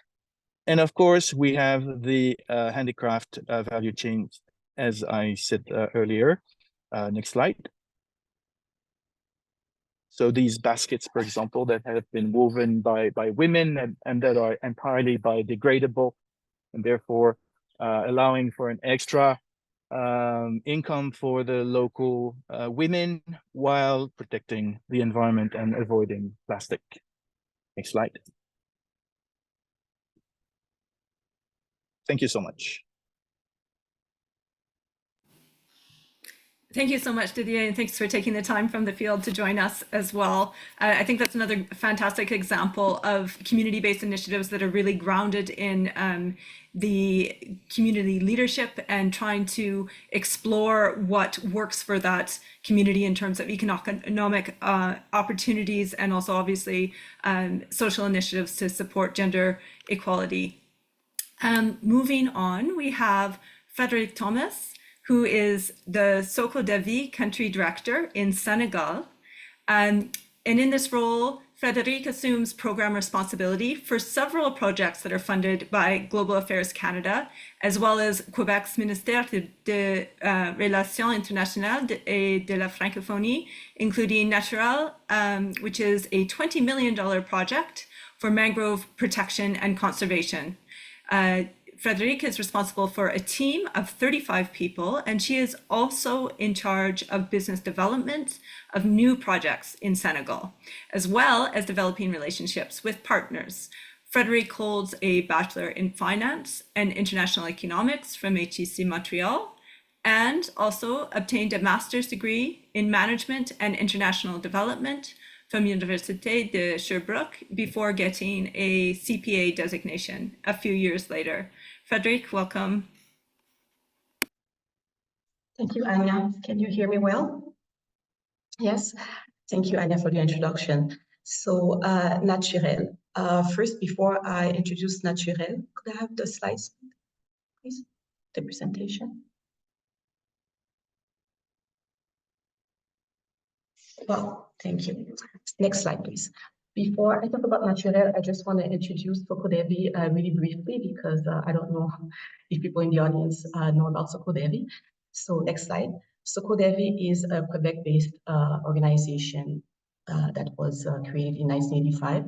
Our mission is to contribute to improving the living conditions of communities by helping to create and strengthen sustainable and inclusive cooperative and mutual enterprises. Next slide, please. We do so by cooperating with cooperative and associative enterprises. We enrich, and we do so also by enriching the members of those cooperatives while reducing their vulnerability. And also we share our knowledge and we build skills, reduce inequality, and build a better world. Next slide, please. So our expertise, next slide, is based on an approach that is called Perform Co-op, which has been developed with our work in Latin America, and it works at 3 levels. You can next, and it works at 3 levels. At the level of the members of the cooperatives, where we promote access to resources and means in a sustainable and inclusive way. Also at the organization level, where we support the structuring of innovative activities, services, and products that are inclusive, profitable, and sustainable for the organization. And also, we also work at the stakeholder level. So we work with governments, private sector to develop the cooperatives network and also ensure sustainable partnerships. Next slide. So gender equality and women's empowerment. Next slide. Environmental protection, mitigation, adaptation to climate change. Next slide. And agricultural risk management are at the core of all our initiatives and projects. Next slide. Our record, you can go to the next slide, is so we since 1985, throughout our project, we helped more than 1,000 cooperative and associative enterprises. 14 million people have benefited from our projects in 42 countries and 4 continents. You can change the slide, thank you. And over 500 projects have been completed. You can change the slide. Next, and now we're going to go to Naturel. So next slide, an overview of Naturel. Naturel aims, next slide. Naturel aims at increasing climate change adaptation and resilience of women and their vulnerable communities in mangrove ecosystems in the Sine Saloum and Casamance marine protected areas, and also community-led protected areas. We do so by promoting the adoption of nature-based solutions to help against the advance of the sea and the salinization of soil and groundwater, which can affect the agricultural yields and the living conditions of rural communities, to stop also coastal erosion and protect coral reefs and coastal zones and marine biodiversity, which is essential to the fishing communities in those two areas, Sinsaloum and Casamance. We also work by establishing a more inclusive and equitable governance of mangrove ecosystem and their natural resources. Based on our various field missions that we've done since the beginning of the project, in meetings with the protected area management committees, we've realized that women and young people, and sometimes other stakeholders as well, that use the ecosystem services, they are not necessarily involved in the decisions that are around the protection of those areas. So we're going to work at really empowering women and other stakeholders so we can establish a more inclusive governance of those areas. And finally, we're going to increase the economic benefits of the mangrove ecosystems, especially for women and their communities, by diversifying income-generating activities based on mangrove exploitation to reduce the pressure on natural resources, but also equipping, supporting technically and financially the women's cooperatives to better conserve, process, and condition their fishery products for added value to the products, and so they can sell them at a better price and a higher price. Next slide, please. So the scope of the project is about 8,000 direct beneficiaries, 6,000 women in 123 villages. So the indirect beneficiaries are going to be about 85,000 people. We're working directly with 40 women's economic interest groups and cooperatives, and also with the management committees of the marine protected areas and also the community-led protected marine areas. So we're going to work with 9 of them. Next slide. This is an overview of the geographical areas. So in Casamance, you have 2 MPAs that were recently created in 2020, 2022 and 2023, and then 3 ICCAs, which are the community-led ones. And next slide. And in the Sinsaloum region, you have 2 MPAs, Bengoum, which is one of the oldest one, and Stockholm, which, next slide. And Stockholm, which is a recent one created in 2024. And you have also 2 ICCAs, Gilor-Djidiac and Palmarin, which is a natural reserve. Next slide. We use a multi-sector approach, so working with diverse partners to bring together a range of expertise. So obviously with the government of Senegal, within the Ministry of Environment, you have La Direction des Aires Marines Communautaires Protégées, which is a direction for marine protected areas. And also we partnered with research and international organizations. So IUCN is partnering with us so to implement the NBS. ISD and Ostrom are leading a survey assessment and also the blue carbon. And we also partnered with local organizations that already are really close to the community, and they already had access to the communities, so we can really take information from the ground and really have this proximity with the communities. So you have Karen, Casades, Rifipas, and Davidai working along with us. Next slide, please. So naturel, how does it empowering coastal communities and women through mangrove conservation? So I'll give you a few examples of how we do it. So first, we're going to support in this first result, which is adoption of NBS for restoration and conservation. We're going to support studies on socio-ecological dynamics. So we're going to support the management committees in gathering traditional knowledge on biodiversity and the socio-ecological dynamics linked to the usage of the mangrove ecosystems. We're also gonna run cartographic analysis of areas of strategic socio-ecological interest for the conservation and restorations of mangrove. We're gonna run a gender-sensitive survey assessment for the economic value of the biodiversity and environmental services of mangroves ecosystem. There's a whole program of knowledge transfer, also training sessions to local communities, stakeholders, local governments, the directions of the marine protected areas on NBS, and the design and evaluation of financially viable NBS and the cost-benefit analysis of climate change adaptation, environmental services. So we aim to promote in Naturel 2 different NBS and other nature-inspired solutions as well, based on what the communities and the local NGOs that I talked earlier were already doing on the ground to protect and restore and increase also the surface areas of the mangroves. We're going to support also the development and update of 9 management plans for the management committees. So strengthening nurseries, implementing community campaigns for ecological restoration, supporting local natural infrastructures to fight against coastal erosion and control the hydrosedimentation of the South Pond.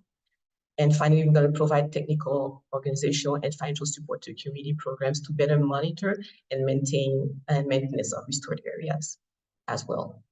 There's a whole environmental education program run by one of our partners, Nebedai, in various schools in Senegal that we're scaling up to 140 new schools with 6 modules. And so the 6 modules are aimed to sensitize children on environmental issues at an early age. So they learn about nature from seed to tree, compost, recycling, planting trees, etc. And also training sessions to management committees members in information, communication, and awareness raising techniques concerning the conservation of strategic coastal ecosystems. Finally, we're going to support also the local fishing committees with trainings. We're implementing a sustainable fishing equipment exchange program, and we're going to support campaigns to restore nurseries. And finally, we're training also and equipping women in low carbon renewable energy so they don't cut out the mangroves. And we're going to equip existing processing units with solar energy systems and improved solar smoke houses, drivers, etc. Next slide, please. So to establish a more inclusive and equitable governance of mangrove ecosystems, since we are mainly working with women, we're supporting also functional and financial literacy programs for vulnerable women. So we're training 500 of them, and also running a leadership program with 80 women out of the 500, so they can better talk about the side effects of climate change on their areas, and so they can attend, for example, networking spaces and talk about women's environmental and climate change rights events. So they can talk at these events.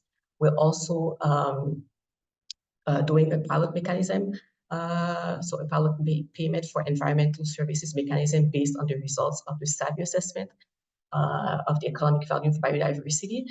And we're going to see if a blue carbon initiative could be done. My last slide. So we're also going to increase the economic benefits, as I was saying, of the mangrove ecosystem by delivering an inclusive and organizational strengthening program for women's organizations to improve administrative, technical, and financial performance and implement policies and action plans. We're supporting the development of biodiversity-friendly aquaculture systems in collaboration with Senegalese government entities, and also with Nebedai, who's a local partner, and the Sierra de la Gaspésie, and another Canadian partner, where they both have different approaches on oyster farming that we're going to implement in Sinsaloum and Casamance. We're also offering technical and material support to women's organizations in the conservation, processing, and packaging of the agricultural fish products, and support the development of strategies to get access to local markets so they can better increase their revenues. And finally, we're going to support as well 2 ecotourism projects in the region. So we're going to train female ecotourism guides on the natural and cultural heritage, and provide support for the development of 2 ecotourism sites in Sinsaloum and Casamance. So sorry for going a little bit over. Next slide. I think it's my last one. Thank you so much. Thank you so much, Frederic. And there's so much involved in that project. So certainly it's hard to fit it all in such a short amount of time. It's really an exciting initiative with all the different components going on. And certainly there's so many points to comment on. But one thing that stood out for me, obviously, in our discussions about the different multi-sectoral approach, how you're bringing in so many different levels of government and so many partners into this project, and we'll hear from IISD later in the presentation as well, speaking about how they were able to support Natural on the Savvy methodology assessment. So this is such an exciting project, and so great to see the support it's giving to women in particular in the community, and all the various different components involved. We're moving into a Q&A, and one of the top questions that we have is around monitoring, evaluation, and learning. And specifically, I think this is a question for all three of you, so please feel free to jump in. How can we measure progress towards first restoration targets, but also what metrics should be considered to evaluate the benefits gained from mangrove restoration? So looking specifically at those mangrove conservation components in terms of that, but also more broadly in terms of the social and economic and other ecological co-benefits as well. Dominique, would you like to start us off? Yeah, I wonder if I can jump in on here. I know it's a bit of a challenge if we are encouraging natural regeneration rather than planting to monitor what's going on, monitor the success or not of natural restoration. We would suggest that what normally happens actually in effect is a mix of planting and hopefully of lots of different species and natural regeneration. So what we would like to see is ground cover at an early stage of natural regeneration and survivorship of planting. But we would also want to see a biodiverse response from the natural regeneration and also from what's being planted. So without importing any new species, that way leads to challenges of invasive, then we would like to see an even distribution of the species that should be there in a particular region within the tolerances of the particular site. And this is where, name and lights, there we are. This is where site-by-site analysis and where Marcus was saying about working locally is so important. And the challenge of scaling up, and I know, Annette, you're going to hate me, but really working site by site, community by community to make sure that we get each restoration solution right. Rather than hogging the stage, I will hand over to one of the other speakers to talk about the social economic benefits. Thank you. And Frederic or Didier, would you like to speak to that question as well? We can move also into the, yes, as mentioned, the social and economic co-benefits as well, and some of the key metrics that you use to evaluate progress on that.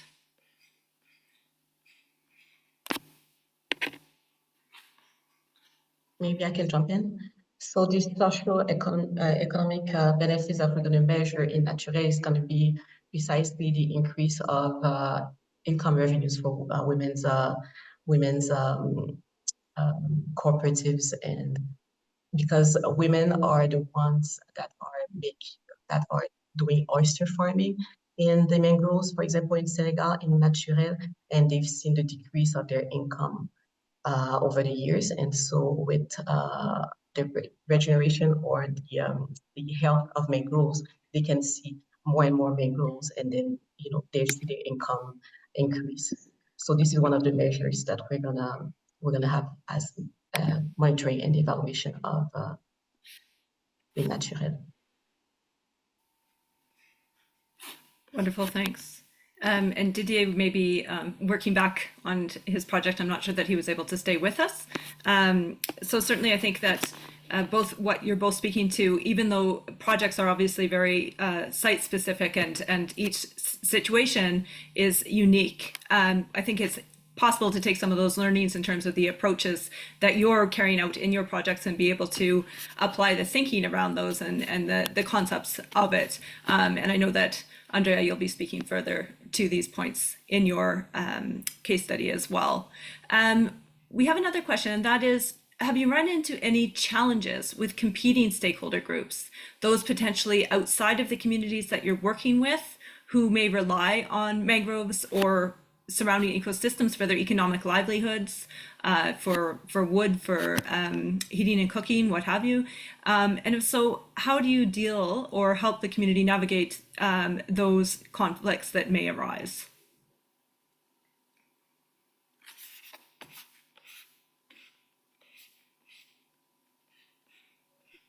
Roderick, do you want to, you look as though you're leaning in and wanting to answer. Do you want to have a go? So yes, there are many, like, let's say, many stakeholders that have very different. So, for example, in Naturel, you have those marine protect. Well, you have the management committee, which is are responsible for implementing policies into, for example, fishing.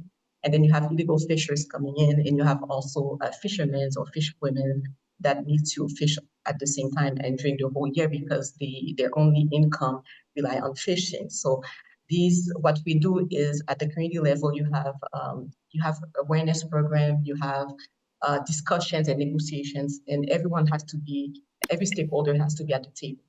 And every stakeholder is represented in the management committee. So you have explanations of why those regulations need to take place and need to be implemented. And it's for sustainable, it's for the future. It's to help them have access to those natural resources in the long term.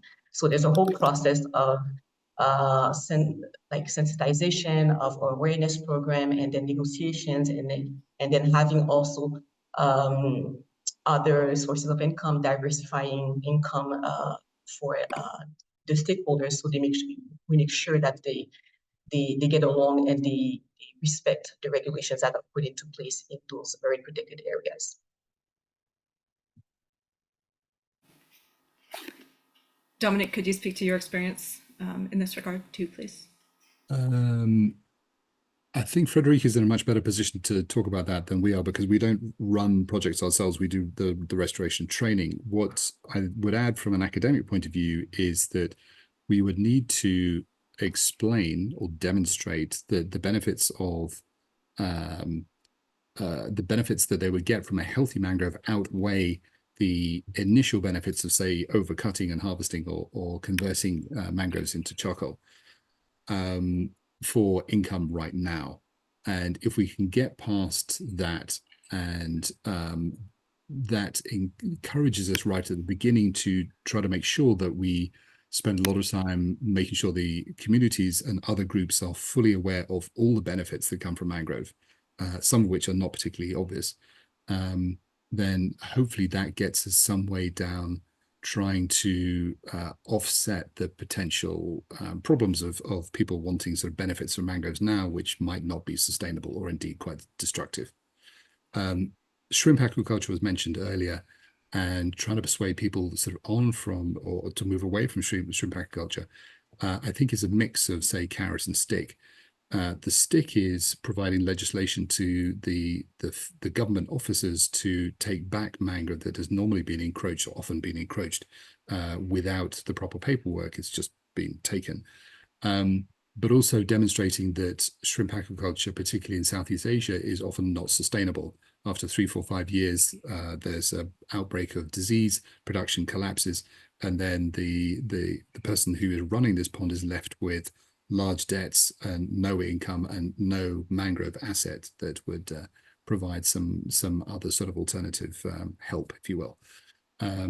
So trying to explain that fully to them, maybe even taking communities that you're starting to work with to talk with other communities who have gone through the process, restored their mangroves naturally, and are now very conscious of all the benefits that are coming back. Getting communities to community dialogue with crazy white foreigners out the way is perhaps a way of helping that dialogue. Great, thank you. Yeah, and certainly I hear from both of you just the importance of outreach and education, even expanding out beyond the confines of the communities in which you're working with. and then also that regulatory backup, as you're mentioning, Dominic. We still have a number of great questions in the chat, and I would really encourage our speakers to take a look at those and answer, if possible, those questions. We are going to move on. I just wanted to highlight one more question that we have, and that was, could we speak further to the value chain of the environmental services like flood mitigation, drought prevention, mitigating coastal erosion, etc., and how this is supported through the project and factored into decision making? And I actually think this is a great question to lead into our next presentation by Dr. Andrea Bassi, who is a senior associate at IISD. Andrea provides technical leadership for qualitative and quantitative modeling work carried out at the Nature-Based Infrastructure Global Resource Center, as well as sectoral and systems modeling for other ISD teams. Andrea has supported sustainability efforts in more than 50 countries since the early 2000s, and his experience spans from formulating and assessment of national development plans to the analysis of landscape level dynamics, and then ending with asset-specific economic and financial cost-benefit analysis.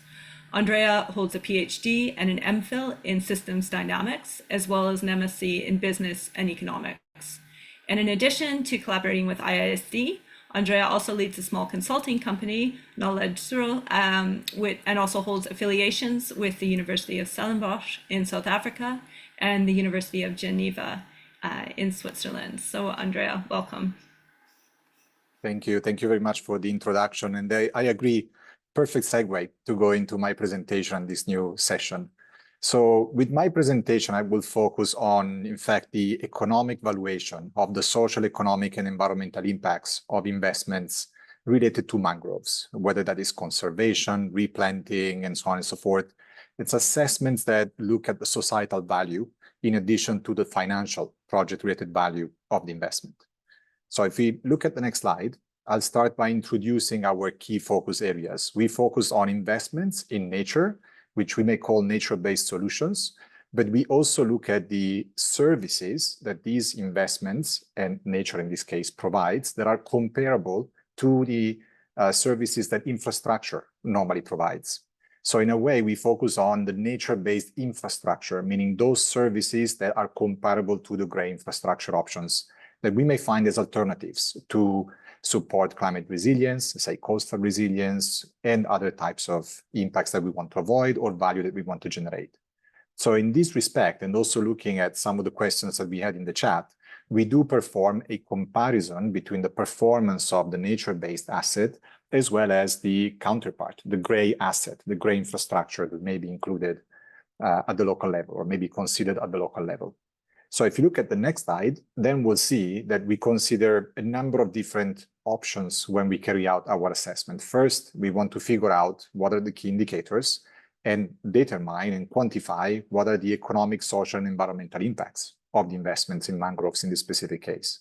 Now, this means that we focus first on estimating physical indicators, and then we attach an economic value to that, following, for instance, when it comes to ecosystem service provisioning, the system of environmental and economic accounts, and especially the ecosystem accounts, to make sure that we have that full science-based and data-driven approach that is also, by the way, customized to the local context, also picking up from some of the exchanges that we had earlier. Now, that comparison with gray infrastructure or with the alternatives that may be available, they're not always available, but when they are, we tend to compare them, gives us an idea of not only how the investment performs in isolation, so whether there is a positive return on investment, but also whether that investment is effective, right? Effective in relation to other potential investments and intervention options. So if we look at the next slide, we'll see what are the main pillars of the analysis we perform.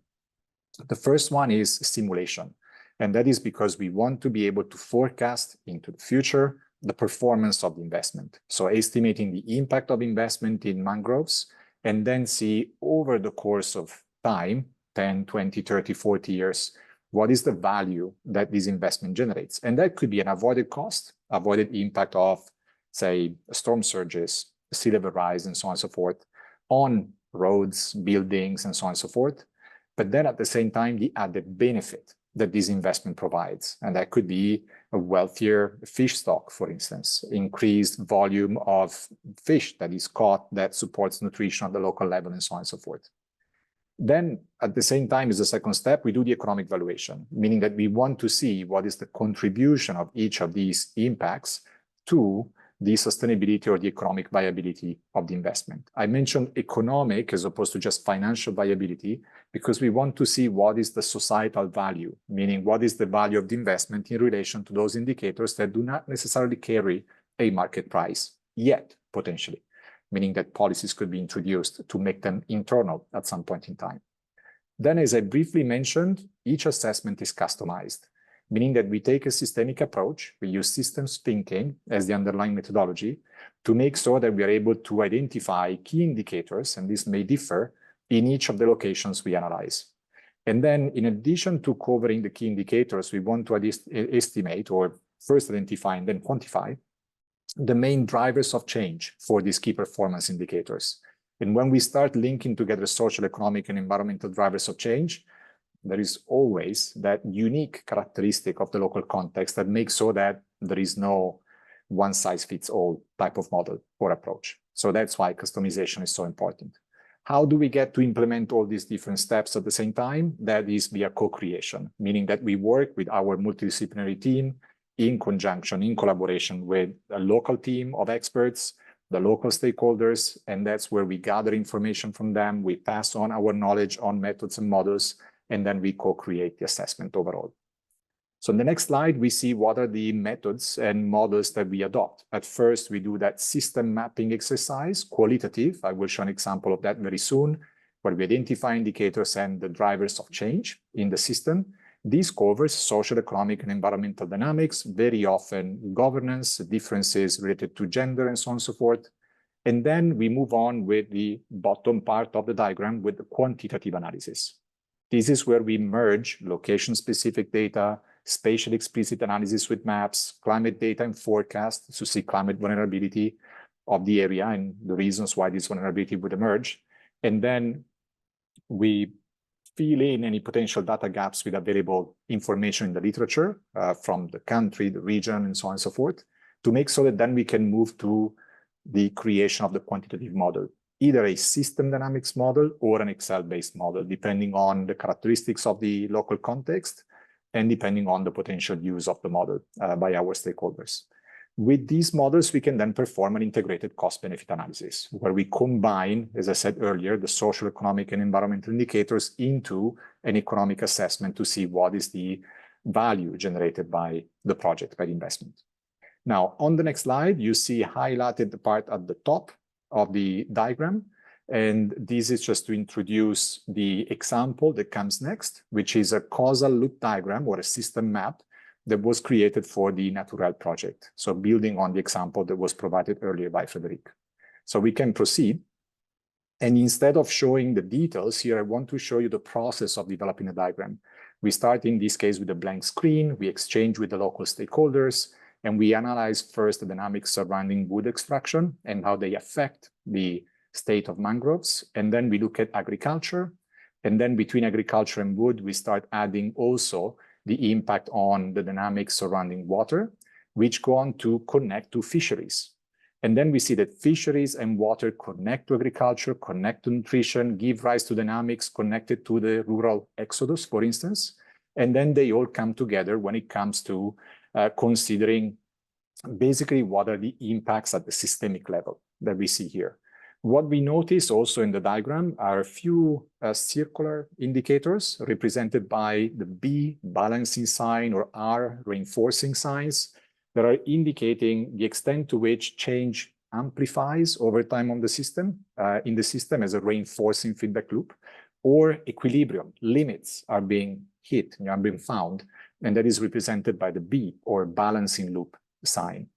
So if you look at the next slide, then we can break down a bit these dynamics. And we see here at the top, those that are related to wood extraction, population grows, wood demand increases, there is more deforestation and reduction of the extent of mangroves.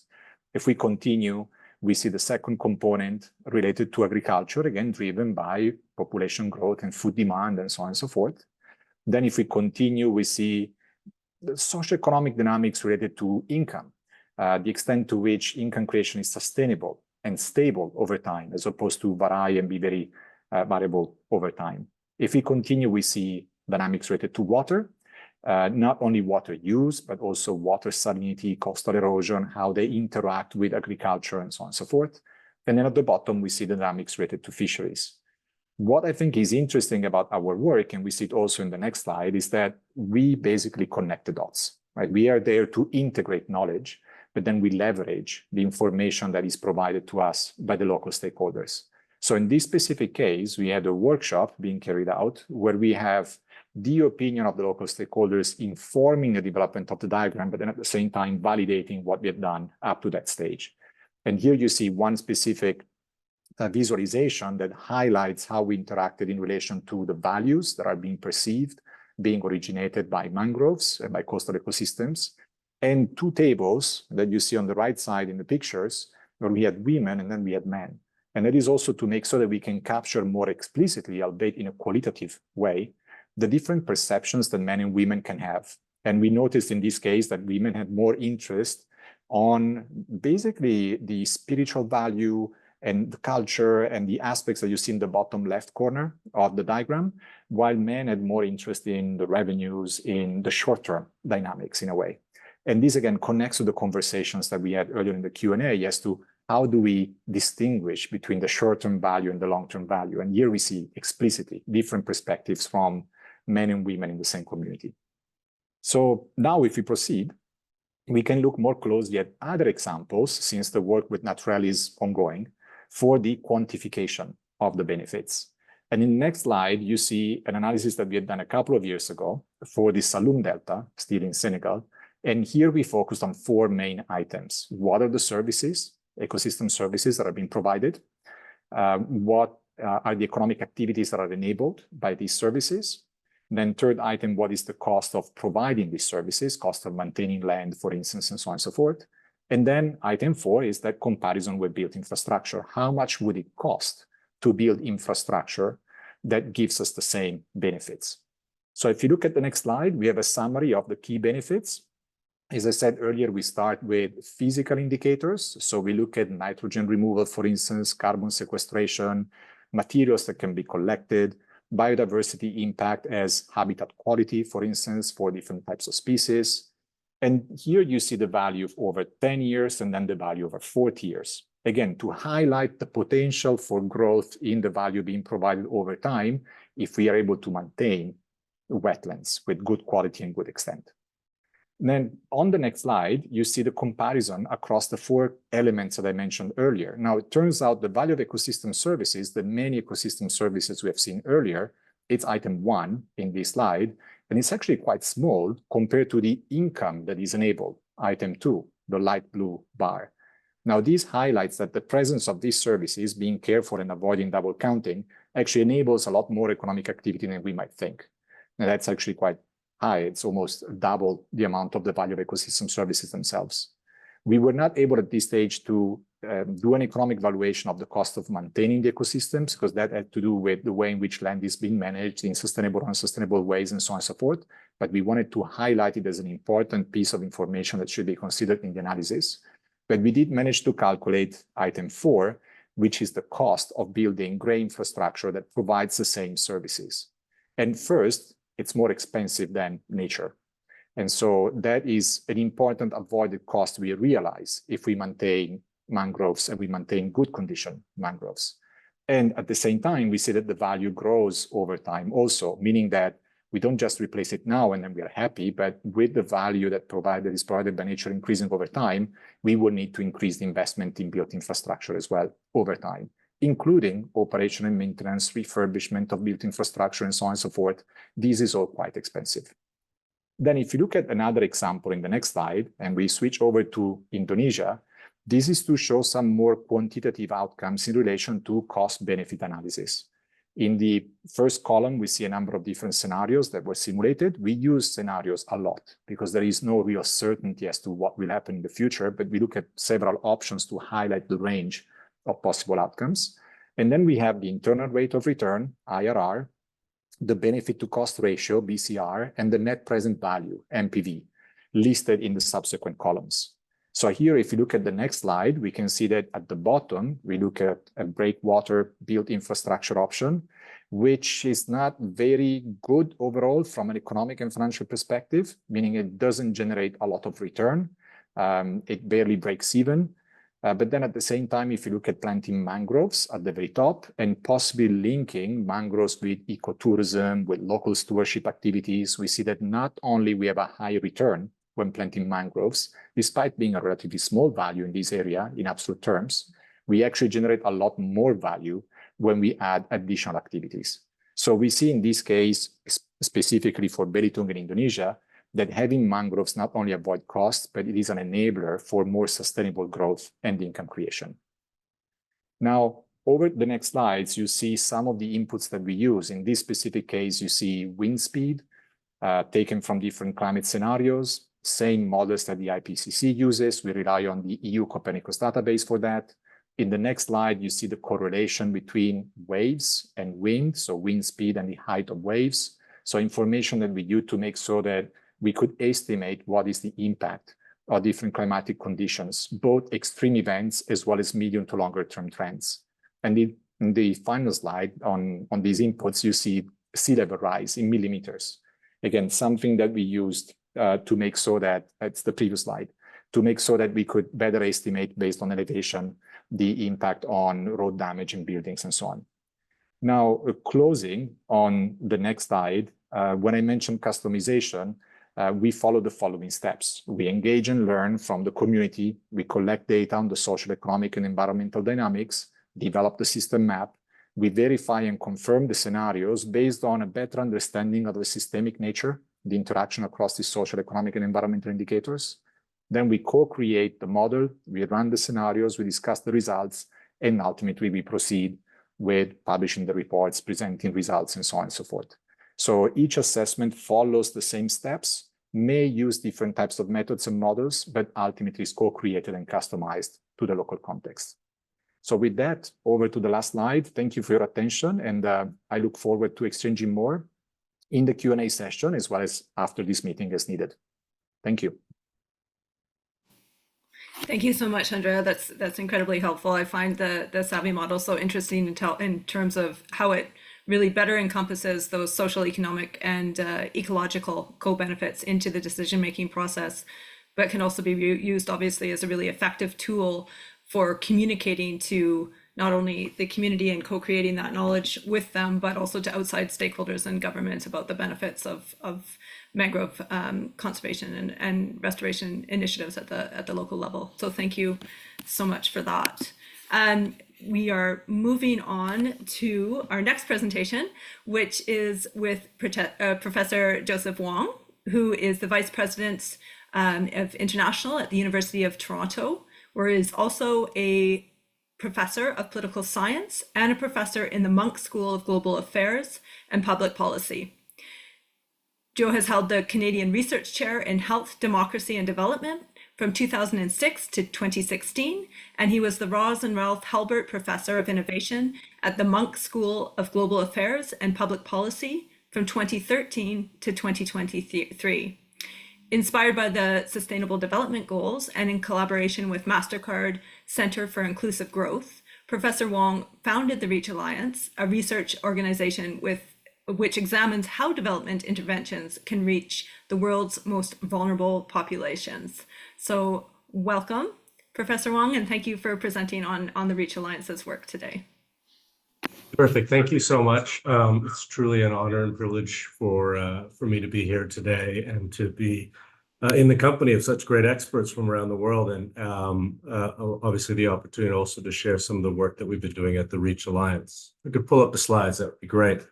The REACH Alliance is, as already been described, it's a research organization that looks at how important development interventions reach those who are the hardest to reach. But what makes the REACH Alliance novel is at the core are students. And so the research that I'm sharing with you is research that was conducted by undergraduate and graduate students. I was the faculty mentor.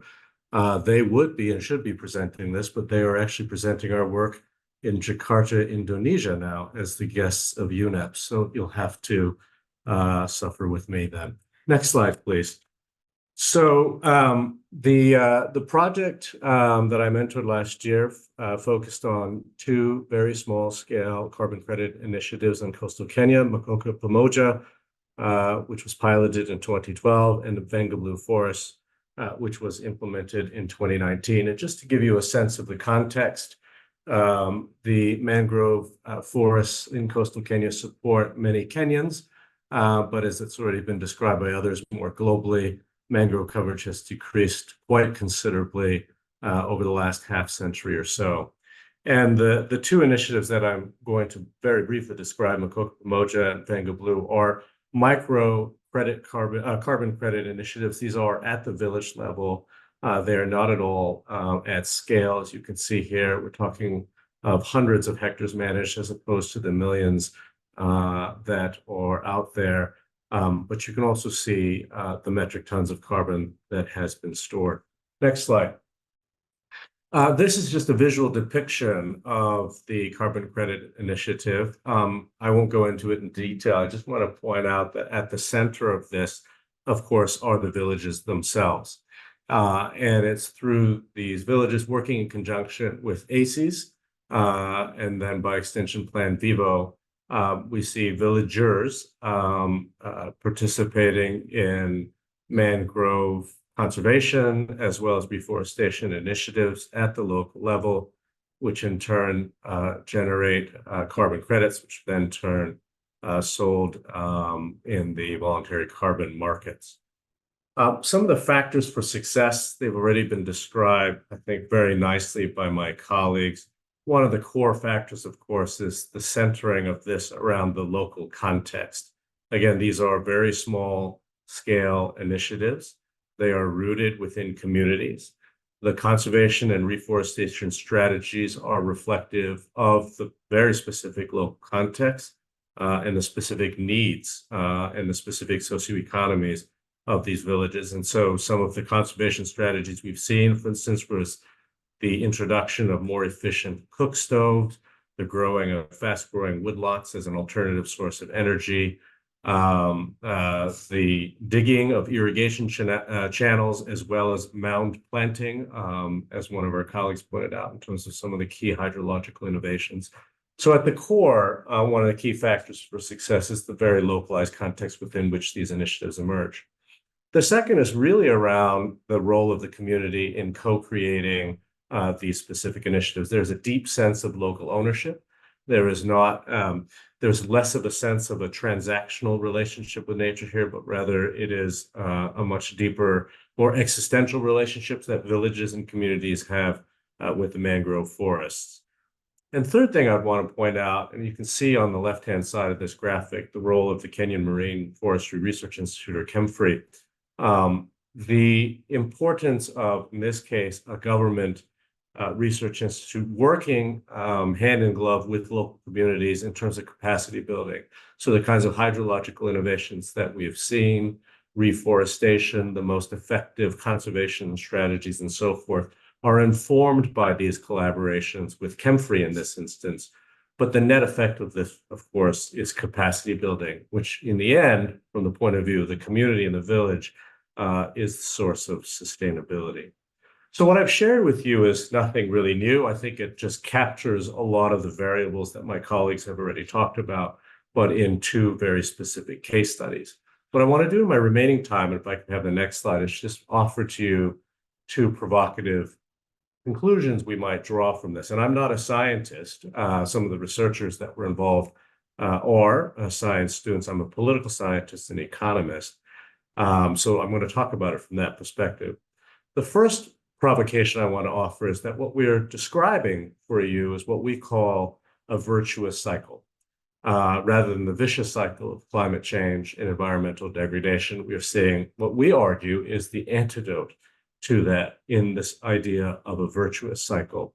And so at the top, you have mangrove conservation, and it's through the work of villagers, the work that is involved in conservation, the very hard work that is involved in restoration, that is then commodified, if you will, into carbon credits and the sale of carbon credits. And I want to point out this and the stress on the word work here, because I completely understand the aversion many people have around carbon credit initiatives because of the commodification of the environment and the commodification of mangroves. What I want to suggest here is that it's not so much the commodification of the environment or the mangroves, but rather it is the remuneration for the work and the very hard work that villagers expend in conserving the mangrove forests as well as restoring them. And so therefore, it's through the sale of these carbon credits, which are quite modest, that generates benefits for these communities.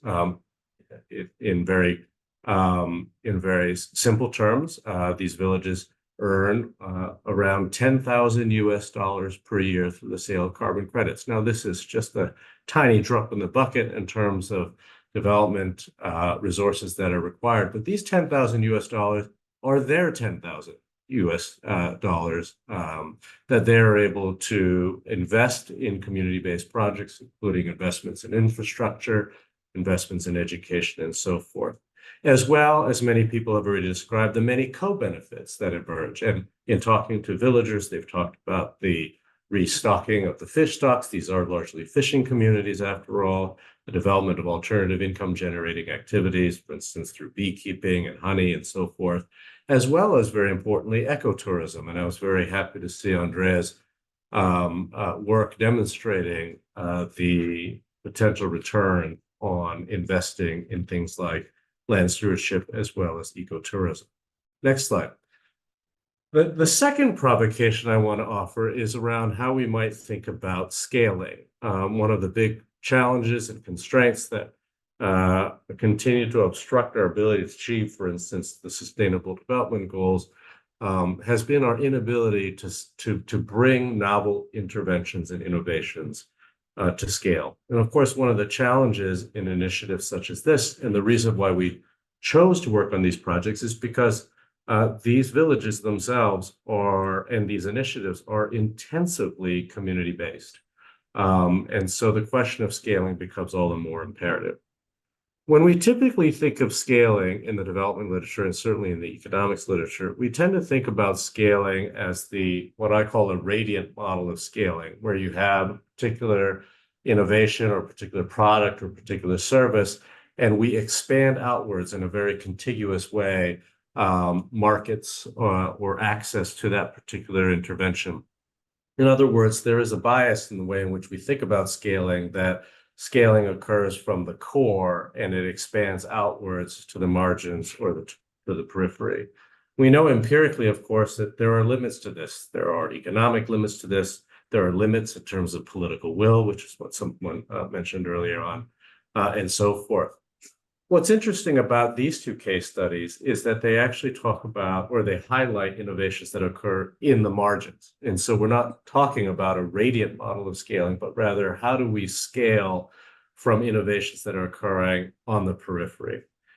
And so one of the things that we've been thinking a lot about at the REACH Alliance is how do we think about scale through replication. And in our report, which you can find on our website, we do have a section that's devoted to thinking through a little bit around what we mean by replicating for scale. So the first thing, obviously, is that any initiative that we're looking to replicate has to be rooted in local context for all of the reasons that you already know and for all the reasons that have just been described by the speakers before me. But second, one of the things that's absolutely critical for scaling, this is based on some insights that a colleague of mine, Stan Slotkin, and I published about 10 years ago in the Stanford Social Innovation Review. It's about identifying the replicable efficiency core. What is replicable across all contexts?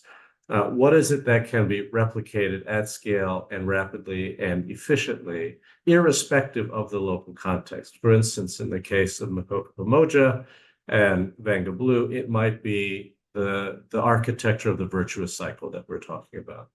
Regardless of what it might be with those specific cases, it is a question that I think that we need to be asking ourselves all the time. What is replicable in this intervention across all different local contexts? Third, Replicating for scale requires thinking about long-term sustainability, not after replication, but from the very beginning. Some of this long-term sustainability is going to require capacity building. Some of it is going to require a longer understanding or a longer-term horizon in terms of the funding model and so forth. And the last thing I would point out, and this has already been, I think, very nicely talked about, Andrea, before me, replicating for scale also requires not just understanding the specific benefits of the intervention, but are there ways in which we can diversify and add greater value to the replicated model? Can we add, for instance, and be sure that we can account for co-benefits? Or there are a menu of options in which more diversified value can be added through the replication process and so on. Again, I offer this as just a provocation. I think this is something that we as a development community really need to think through a little bit more deeply.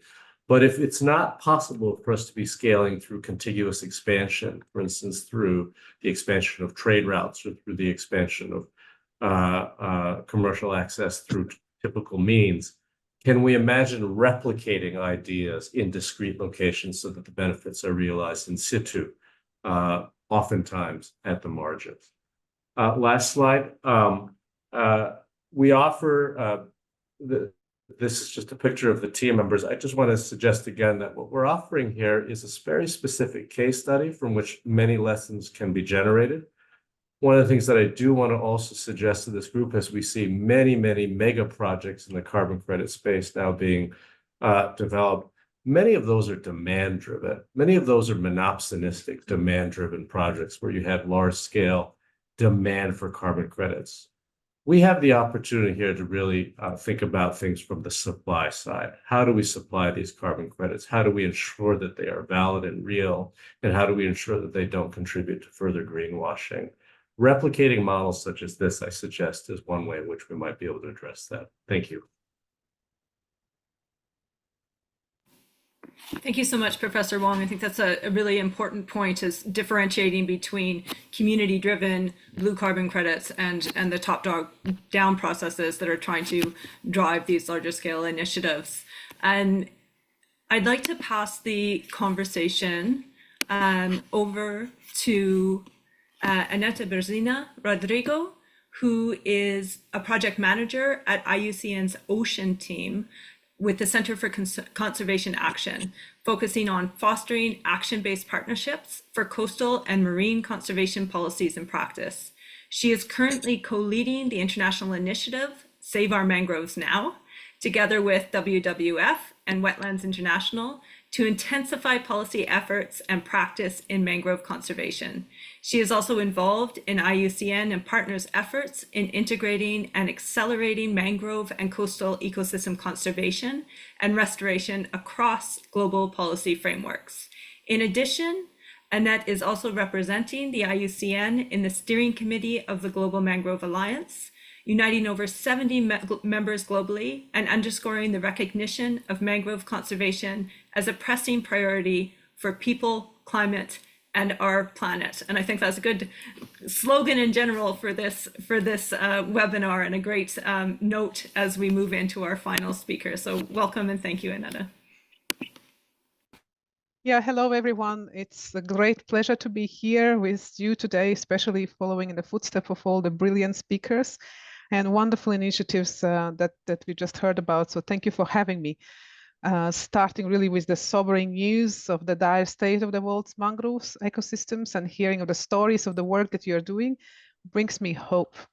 We have the tools, we have the knowledge, we have strong will, and we have collective power to turn the tide of mangrove conservation and restoration.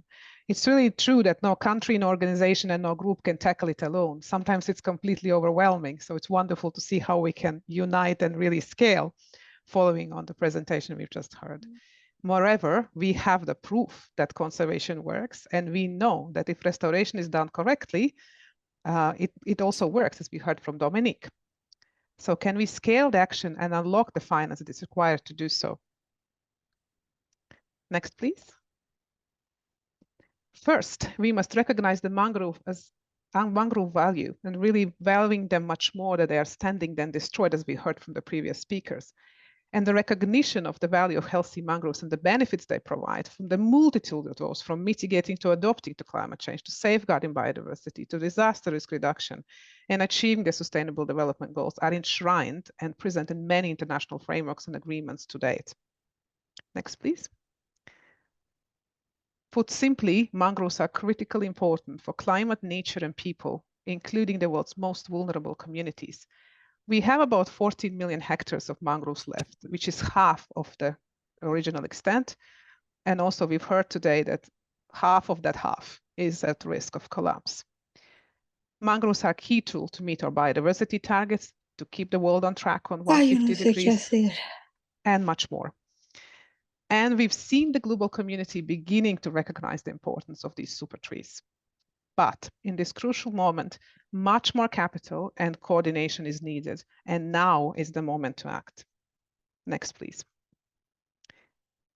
This is why IUCN and over 70 partners from government, non-profit organizations, academia, research, finance institutions have endorsed the Mangrove Breakthrough. Mangrove Breakthrough is a new collaborative framework and pathway to collectively secure the future of the world's entire mangrove ecosystems. It was launched 2 years ago at the UNCCC COP27, which is the climate change COP, building on the work of the Global Mangrove Alliance and the UN High-Level Climate Champions. Next, please. Since then, it's been massively gaining momentum, and the breakthrough has key goals: halting the loss, restoring the half of recent losses, doubling the protection of mangroves globally, which is underpinned by mobilizing long-term sustainable finance for mangroves. Those goals are bold, yes, but they're also within reach, according to the Global Mangrove Alliance, UN High-Level Climate Champions for Climate Change, and the partners of the breakthrough. The breakthrough tells us to achieve these 4 goals, or the 3 goals plus the 4th one, is $4 billion. Next, please. The breakthrough is rooted in the principles that are very much aligned with what we've been hearing today in the spirit of nature-based solutions. So to ensure the benefits for nature, people, and climate, to make sure that you build on the local context, that you work with communities, and that is the capital mobilized is high integrity. Several examples of actions that we've heard today about are directly contributing towards the achievement of the breakthrough. For example, Save Our Mangroves Now initiative that Francis was talking about, and the Mangrove Action Project that is supporting the critical science part and the capacity building that Dominic was talking about. It would be wonderful to see the members and partners of the broader community that we have today united under the Canada NBS for Biodiversity and Climate Practice also joining in. Everyone is welcome, and every action counts. Next, please. The momentum couldn't be more evident. As mentioned previously, 61 countries already incorporate mangrove in their climate plans, and 50 countries have already endorsed the Mangrove Breakthrough at the Mangrove Ministerial that was held just in December at one of the climate COPs. In addition, a detailed financial roadmap to finance the future of the mangroves was launched, which actually outlines the specific pathways for achieving the financial goal of $4 billion. Next, please. It's clear that today too little finance is flowing to mangroves according to the Mangrove Breakthrough Roadmap, financial roadmap. What capital there is comes predominantly from governments and philanthropic sources, which challenges unlocking private capital, which remains a drop in the ocean. Of the estimated $4 billion investment needed by 2030, the estimation according to the Mangrove Breakthrough financial roadmap is that about half of those could come from commercial sources. The estimation is that philanthropic development and public finance will deliver the rest. It's clear that without long-term sustainable financial flows to fund the work that we are all doing, mangroves will remain at risk. Radically shifting how and how much capital flows into these vital ecosystems will be a critical piece of the puzzle. The financial roadmap actually talks about Mangrove Transition Corp, which is the investment tool. And it shows that while financing conservation areas remain critical and should remain on the financing map, the financial roadmap outlines how sustainable productive businesses also have a vital role to play in creating long-term mechanisms that ensure the value of mangroves standing than destroyed. They range from creating value of preserving standing mangroves through payments for ecosystem services, for instance, or marine protected areas or other conservation measures, to preventing the loss and also restoring mangrove cover, which can also create value out of there. Next, please. For IUCN's part, I'd like to highlight some of the examples of types of projects that we are supporting through our grant facilities. There are also IUCN supported mechanisms such as Ecosystem-Based Adaptation Fund, the Subnational Climate Fund, or the Work on Blue Bonds, among others. Next, please. But today I will focus on two specific facilities that are run by the IUCN Oceans team and the colleagues who are here online with us, who are also supporting the financing of Blue NBS projects. There too, they are just differentiated by the focus on objective. One is more on coastal and marine nature-based solutions, including, for example, the most recent call on marine protected areas and other effective conservation measures, including mangrove, and another one is on blue carbon, specifically focusing on early stage support, so readiness really, and implementation support coupled with technical assistance.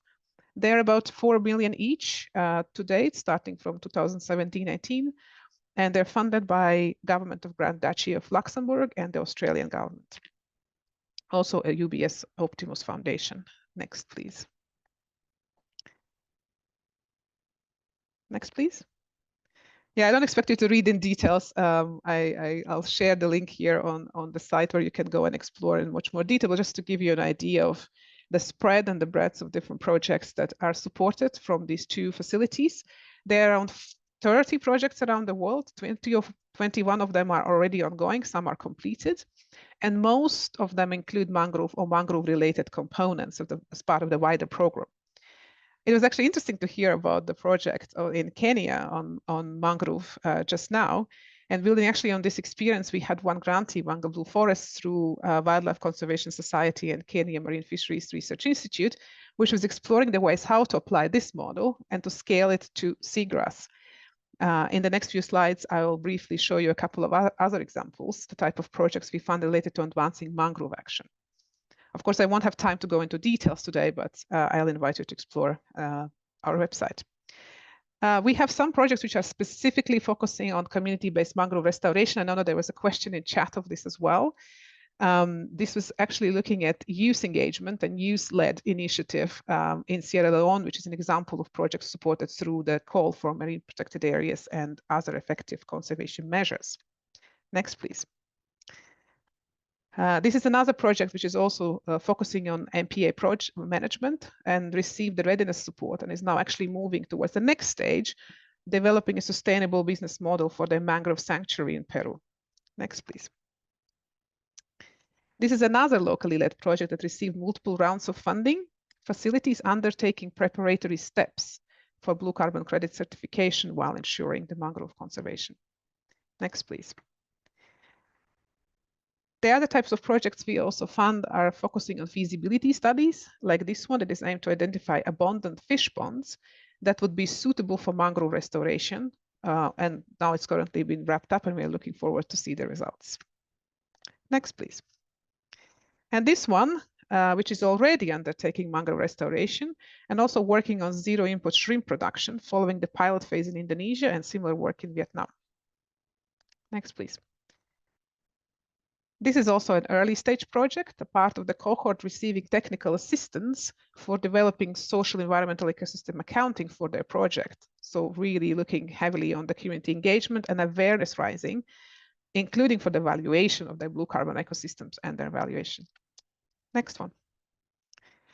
And last, this is another example of a new project that just started developing a feasibility study to securing the revenues for benefit of coastal communities. These are a few examples of projects. And as I said, I invite you to join the bluenaturalcapital.org to read more. I'll be happy to connect you with the team. Next, please. To connect the dots and to conclude on how we can drive jointly the mangrove action agenda forward. The planet and people cannot afford to lose mangroves, as we've heard. They are crucial services they provide. And the securing the future will not be easy, but with coordinated and collective action, spearheaded by global initiatives like the Mangrove Breakthrough and existing national and international targets that countries already have subscribed to, it is actually possible. Next, please. So really the Mangrove Breakthrough is an opportunity to combine and collect ourselves around the common goal and drive the implementation of the global goals that are enshrined in the existing commitments. And really an opportunity to unite and to join the vision, to share experiences, to strategize. And the community of NBS for biodiversity and climate here under Canada leadership is exactly the type of action is needed. Next, please. I applaud all the critical actions that we've heard about today from various speakers and invite you to join the movement. We are stronger together, so thank you so much. Thank you so much, Annette, and it's wonderful to bring this conversation back up to that global perspective and look at some of the initiatives that are ongoing with the Mangrove Breakthrough. This is really an exciting initiative, both in terms of helping to explore different sustainable financing for projects and to build the momentum around this, which is so needed, as you've commented.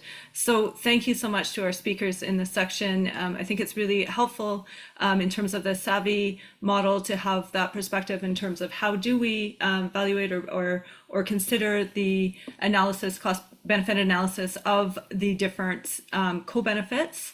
And then also with Professor Wong's presentation, looking at the Makoko, Pamoja, and Vanga Blue projects in terms of an example of where blue carbon is being used to deliver economic benefits to the community for the carbon sequestration and climate benefits that those projects are bringing about, and how helpful that is, to have that as a community initiative, being the ones who are leading that push for the blue carbon. We'd like to open it up again to questions for our three speakers. Please post your questions in the chat if you have any, and I'm sure you do on all those three fantastic presentations. I'd like to start off with a question for Andrea, and that is, in terms of the SAVI model, how do you handle situations where you have limited data availability? For example, in fishery statistics, in water quality data, use of fertilized pesticides, or any of those social components as well. How does the SAVI model approach data limitations? Thank you. It's a tough question to answer in short, at least. So at first, we developed the system map that is not constrained by data availability. So we want to make sure we identify what are the relevant indicators, and then we proceed with methods for quantification. Where we identify a relevant indicator, but we have no data, we look at the physics, the biology, and we try and figure out with the model if we can produce reliable estimates that reflect what is being observed in reality. Say changes in the concentration of nutrients over the different seasons and over time, maybe looking at algal blooms if that is a local issue, to see if we're able to reproduce some of these events. And then we communicate with local stakeholders. We do validation of the simulations, the baseline scenario and alternative scenarios with them to make sure that they can tell us whether the trend at the very least is realistic. Now, sometimes we have to deal with this uncertainty and we run multiple scenarios. We do sensitivity analysis with the models because it happens that some of these indicators are not output indicators, but they go on to affect other dynamics, the social and the economic dynamics in the model. So it may happen that based on the forecast of the social and economic dynamics, for which we may have more data, we're able to infer what is the performance at the physical and ecological level. And so there is uncertainty we can deal with sensitivity analysis. We do validation with local stakeholders, but then if this is really an integral part of the system, we can do triangulation of data and figure out whether we're at least in the ballpark when we connect the dots with other economic and social indicators. Can I ask a question of Andrea, if that's okay? Sorry. I find this fascinating, and I think that's really important work that you're doing. I think it dovetails nicely with all three presentations that have been shared on this particular panel. But I'm wondering, I completely understand and recognize the need for much more granular detailed data, that local customization is going to be important.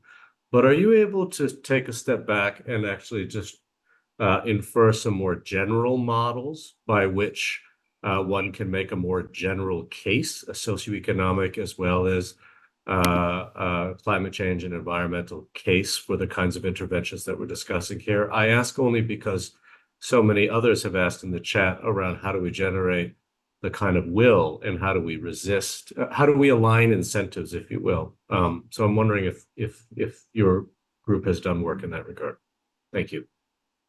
Thank you. Excellent question. I would say we are getting there. We are not there yet, meaning that with the Nature-Based Infrastructure Global Resource Center, we have a project supported by Jeff and the MAVA Foundation that implies the analysis of 46 different nature-based infrastructure projects.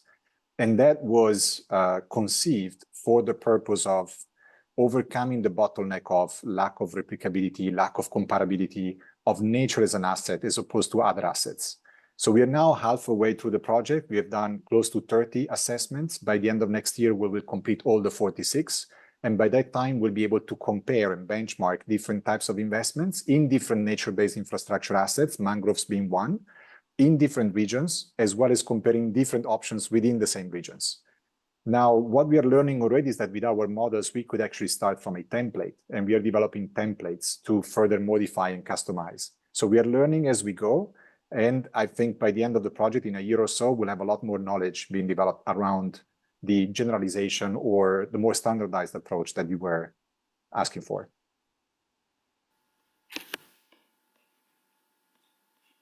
Do you have any follow-up questions, Professor Wong, or that's... Oh, okay, great. I have a question for Annette, and that is in terms of the projects that are being funded by the IUCN. Do you have off-takers lined up who would help to continue the funding for those projects, or are you assuming that voluntary carbon mechanisms and other mechanisms will help to carry those projects forward? So what is the, I guess, long-term financing or sustainable financing projection that you're looking to for your projects? Yeah, actually, I have my colleague online who is deeply engaged in this, João Souza. Maybe he can say hi. And I wonder whether he can elaborate a little bit more. But yeah, it's a bit of a mix. I think there's a projects, of course, who are looking at feasibility, right? So they're really at the early stage trying to assess, what that would look like exactly. And it's not exactly easy to get to that stage, right? There are the other ones who are more ready to graduate soon. So it'd be interesting to see whether there is some interest to actually pick them up specifically, and of course the longer term mechanisms as well, right? So it's really a mix. I think each is an individual case really. And it's still sort of early stages in a way, really, to see how it will look like in the longer term. But yeah, Joe, I don't know if you'd like to add some more if you hear me. Yeah. Yeah, no. I think you did right. I just have to add that at a certain point, the demand is higher than the supply, meaning we have more donors aligning to go and take over from the funding to financing and available to come with funds. But we do not have enough pipeline of matured projects that would be willing to jump up to the financing stage, mostly. And also would like to add here that in fact it's the early stage support is actually very critical because you need to really design it the right way, right? With all the safeguards including the high integrity component there and the community benefit and the biodiversity benefits are really in the spirit of nature-based solutions. And designing that to get to the stage when you are investable, that's what we are focusing on, right? And it's not like the projects are out there just waiting investments, which is always the difficult part. The building up phase is one that really requires a lot of support, and I would like to see that also included, going forward in terms of the financing commitments. That's a really excellent point, and not just in terms of what is the appropriate type of funding at each stage of the project in terms of those early designed into the long-term sustainability and how that shifts over time potentially.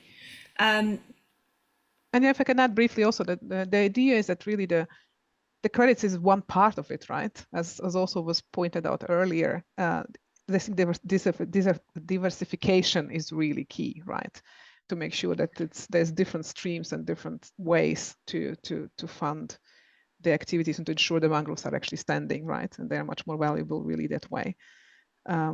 So it's really, I think that would be the key. It's not one size fits all, and it's not like one mechanism was going to be the golden bullet.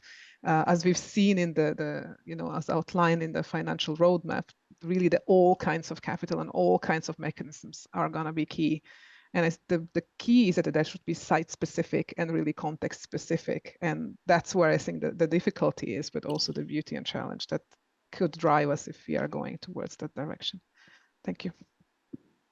Great, thank you. And Professor Wong, I just have a question for you as well. Just tapping into that, you noted that the payments to the communities through the blue carbon process are not incredibly high. I think you said, was it 10,000 per year back to the community? What are some of the sort of the challenges that you see at the community level of implementing blue carbon, and in terms of just some of the administrative costs and processes that are required for accreditation and what have you?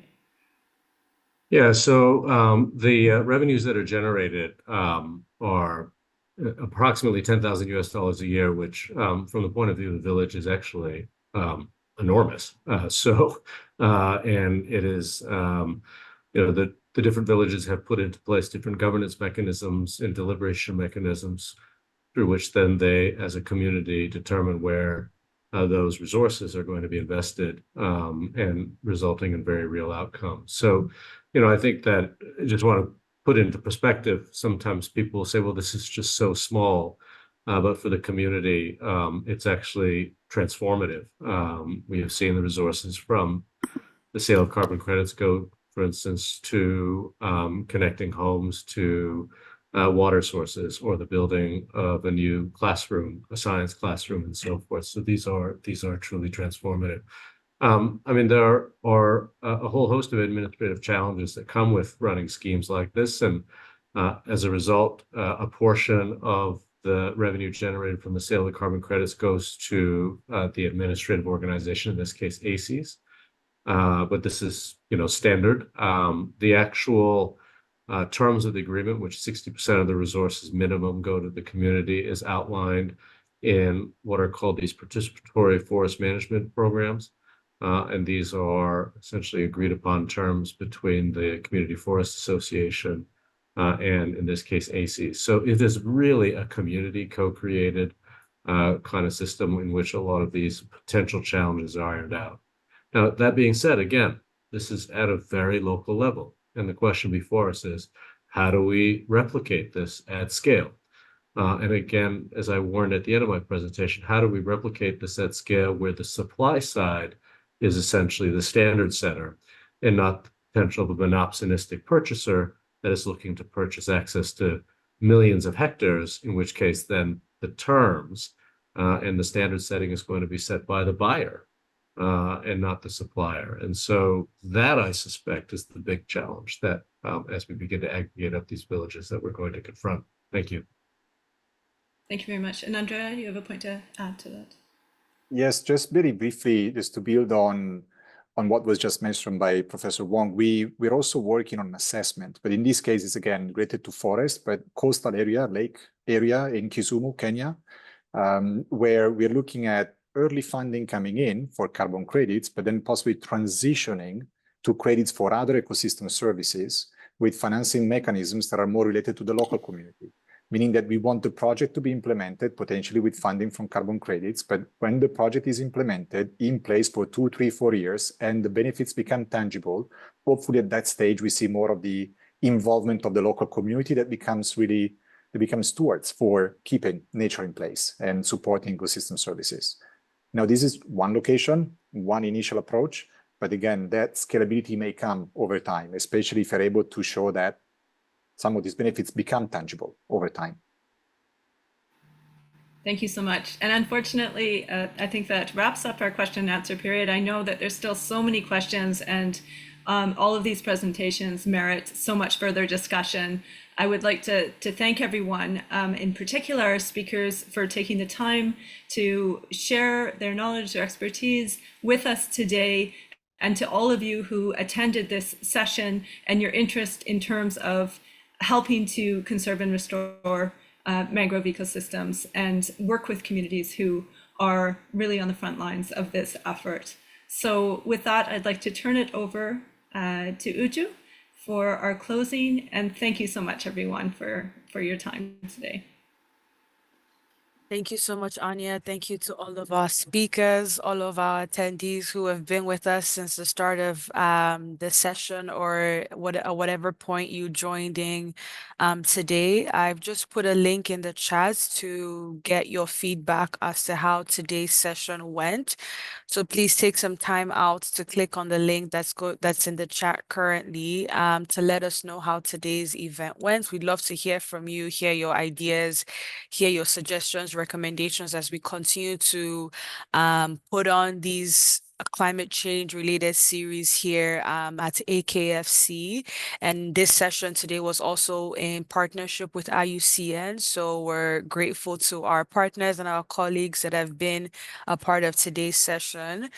For those who are not aware, from AKFC's end, we do run a number of public engagement initiatives within our building, usually hybrid in Ottawa and also online. So if you're not a part of our mailing list, I encourage you to head over to our website and just go to the tab where you're asked to subscribe and then put indicate that you're interested in events, and then that way you're able to get that information.